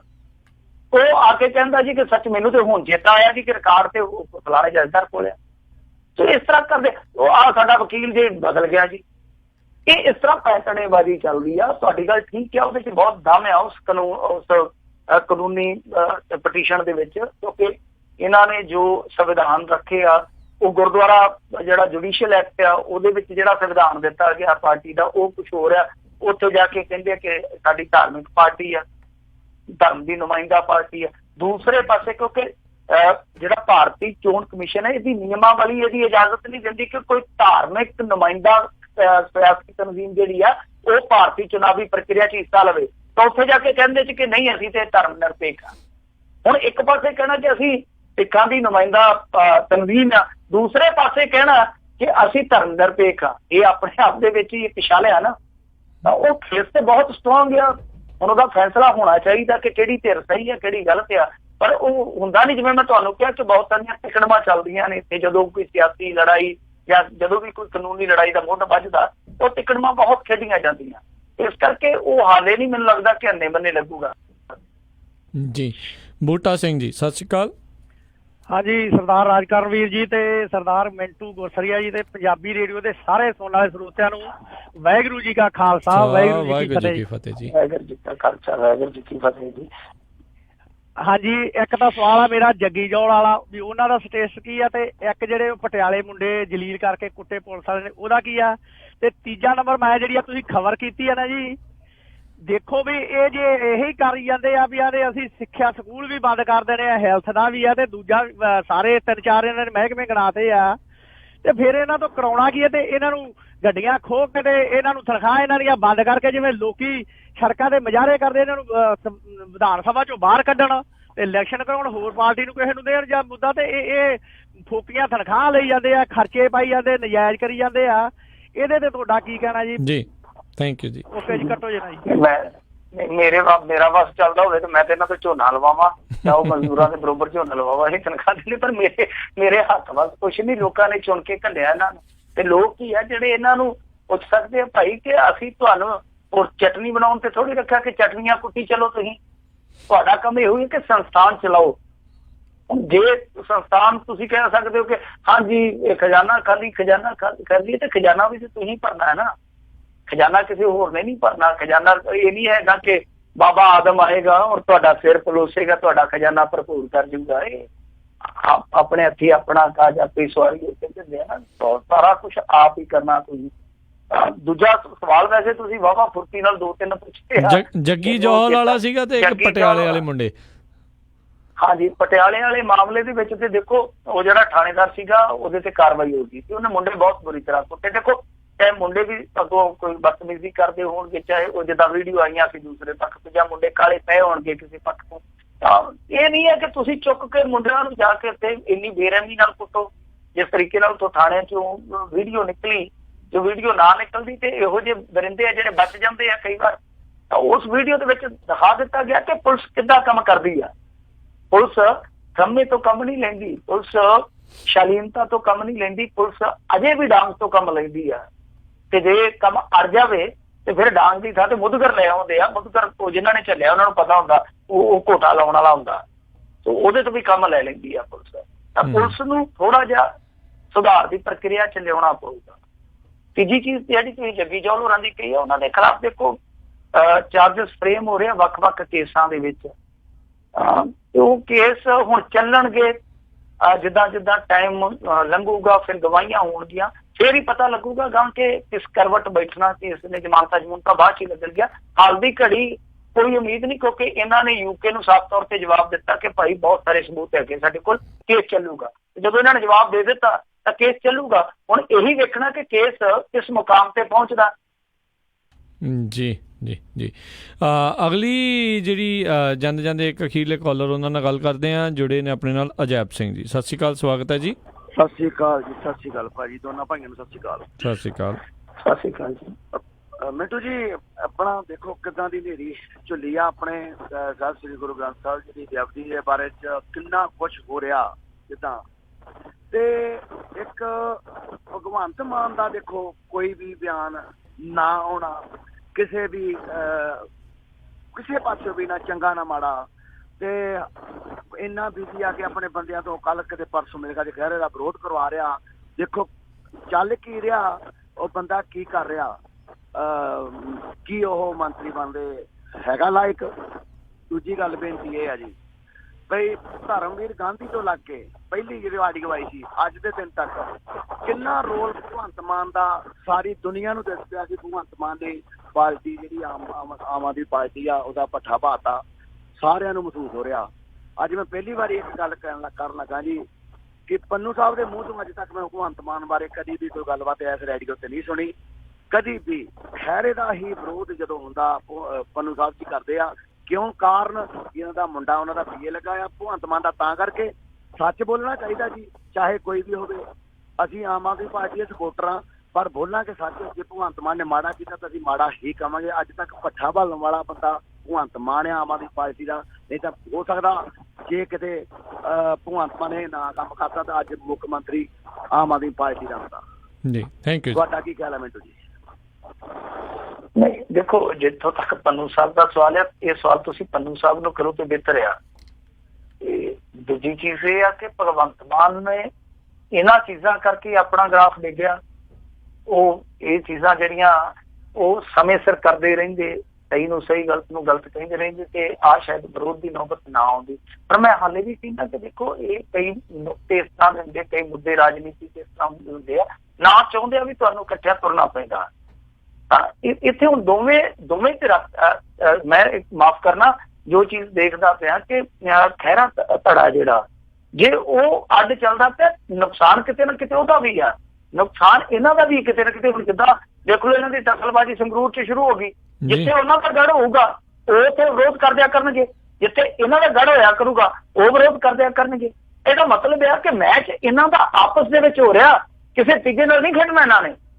ਤੇ ਇਹਦੇ 'ਚ ਨੁਕਸਾਨ ਦੋਵਾਂ ਨੂੰ ਹੀ ਆ, ਔਰ ਨੁਕਸਾਨ ਇੰਨਾ ਹੋ ਗਿਆ ਕਿ ਹੁਣ ਤੇ ਮੇਰੇ ਖਿਆਲ ਦੇ ਨਾਲ ਨੁਕਸਾਨ ਤੋਂ ਅੱਗੇ ਅਪਮਾਨ ਹੀ ਰਹਿ ਗਿਆ। ਉਹ ਕਿੰਨਾ ਕੁ ਕਰਵਾਉਣਾ ਇਹ ਦੋਵੇਂ ਧਿਰਾਂ ਆਪ ਹੀ ਤੈਅ ਕਰ ਲੈਣ। ਜੀ ਜੀ ਜੀ ਬਿਲਕੁਲ। ਤੇ ਧਰਮਵੀਰ ਗਾਂਧੀ ਵਾਲੇ ਸਾਰੀਆਂ ਗੱਲਾਂ ਜਿਹੜੀਆਂ ਉਹਨਾਂ ਨੇ ਇਸ ਦੇ ਵਿੱਚ ਜਿਹੜੀਆਂ ਉਹ ਕੀਤੀਆਂ। ਸੋ ਮਿੰਟੂ ਜੀ ਬੜਾ ਜਿਹੜਾ ਧੰਨਵਾਦ ਕਰਦੇ ਹਾਂ। ਸਮਾਂ ਵੀ ਆਪਣੇ ਪ੍ਰੋਗਰਾਮ ਦਾ ਜਿਹੜਾ ਹੁਣ ਸਮਾਪਤ ਹੈ, ਮਿਲਾਂਗੇ ਜਿਹੜਾ ਅਗਲੀ ਵਾਰ, ਉਦੋਂ ਤੱਕ ਲਈ ਬੜੀ ਮਿਹਰਬਾਨੀ, ਪਿਆਰ ਭਰੀ ਸਤਿ ਸ਼੍ਰੀ ਅਕਾਲ ਜੀ। ਤੇ ਸਰੋਤਿਓ ਇੱਥੇ ਹੀ ਸਾਡਾ ਅੱਜ ਦਾ ਇਹ ਪ੍ਰੋਗਰਾਮ ਆ ਉਹ ਸਮਾਪਤ ਆ। ਮਿਲਦੇ ਤੁਹਾਨੂੰ ਸਾਰਿਆਂ ਨੂੰ ਅਗਲੀ ਵਾਰ, ਉਦੋਂ ਤੱਕ ਲਈ ਮੇਰੇ ਵੱਲੋਂ ਵੀ ਪਿਆਰ ਭਰੀ ਸਤਿ ਸ਼੍ਰੀ ਅਕਾਲ। ਜਿਉਂਦੇ ਵਾਸਤੇ ਰਹੋ, ਹੱਸਦੇ ਖੇਲਦੇ ਰਹੋ, ਸੁਣਦੇ ਰਹੋ Punjabi radio USA।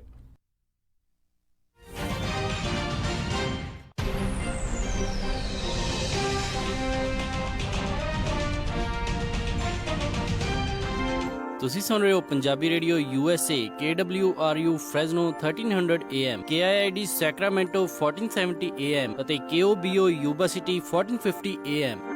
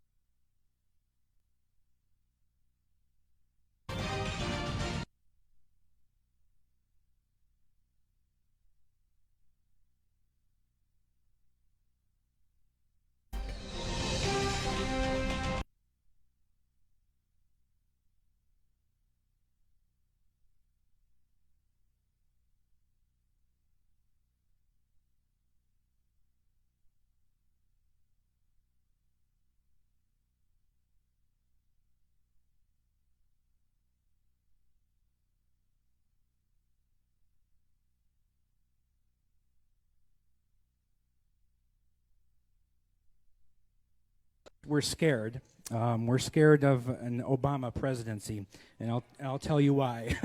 I'm concerned about someone that cohorts with domestic terrorists such as Ayers. I have to tell you, he is a decent person and a person that you do not have to be scared as President of the United States. Now, I got to ask you a question. I do not believe in. I can't trust Obama. I have read about him, and he's an Arab. He is not. No. No, ma'am. He's a decent family man, citizen that I just happen to have disagreements with on fundamental issues, and that's what this campaign is all about. He's not. Thank you. Thank you.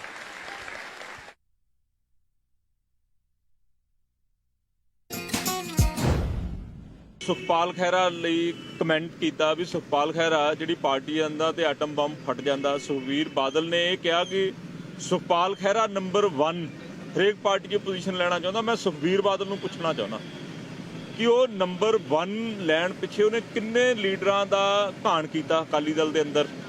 Number 1 position ਲੈਣ ਵਾਸਤੇ ਆਪਣੇ ਪਿਤਾ ਸਰਦਾਰ ਪ੍ਰਕਾਸ਼ ਸਿੰਘ ਬਾਦਲ ਨੂੰ ਮੁੱਖ ਮੰਤਰੀ ਹੁੰਦੇ ਹੋਏ ਦੂਜੇ ਦਰਜੇ ਤੇ ਰੱਖਿਆ। ਆਪ ਡਿਪਟੀ ਮੁੱਖ ਮੰਤਰੀ ਤੇ ਆਪ ਪਹਿਲੇ ਦਰਜੇ ਤੇ ਰਿਹਾ। ਮਤਲਬ ਕਿ ਨੰਬਰ 1 ਦੀ ਗੇਮ ਦੇ ਵਿੱਚ ਸੁਖਪਾਲ ਖਹਿਰਾ ਅੱਗੇ ਆ ਜਾਂ ਸੁਖਬੀਰ ਬਾਦਲ ਅੱਗੇ ਆ। ਇਹ ਸੁਖਬੀਰ ਨੂੰ ਐਸੀ ਗੱਲ ਕਰਨੀ ਸ਼ੋਭਾ ਨਹੀਂ ਦਿੰਦੀ। ਕਹਿੰਦਾ ਕਿ ਸੁਖਪਾਲ ਖਹਿਰਾ ਬੈਂਸ ਵਾਂਗੂ ਪਾਰਟੀ ਬਣਾ ਲਵੇ, ਸਾਡੀ ਮਹੱਲਾ ਪਾਰਟੀ ਚੰਗੀ ਆ। ਸਾਡੀ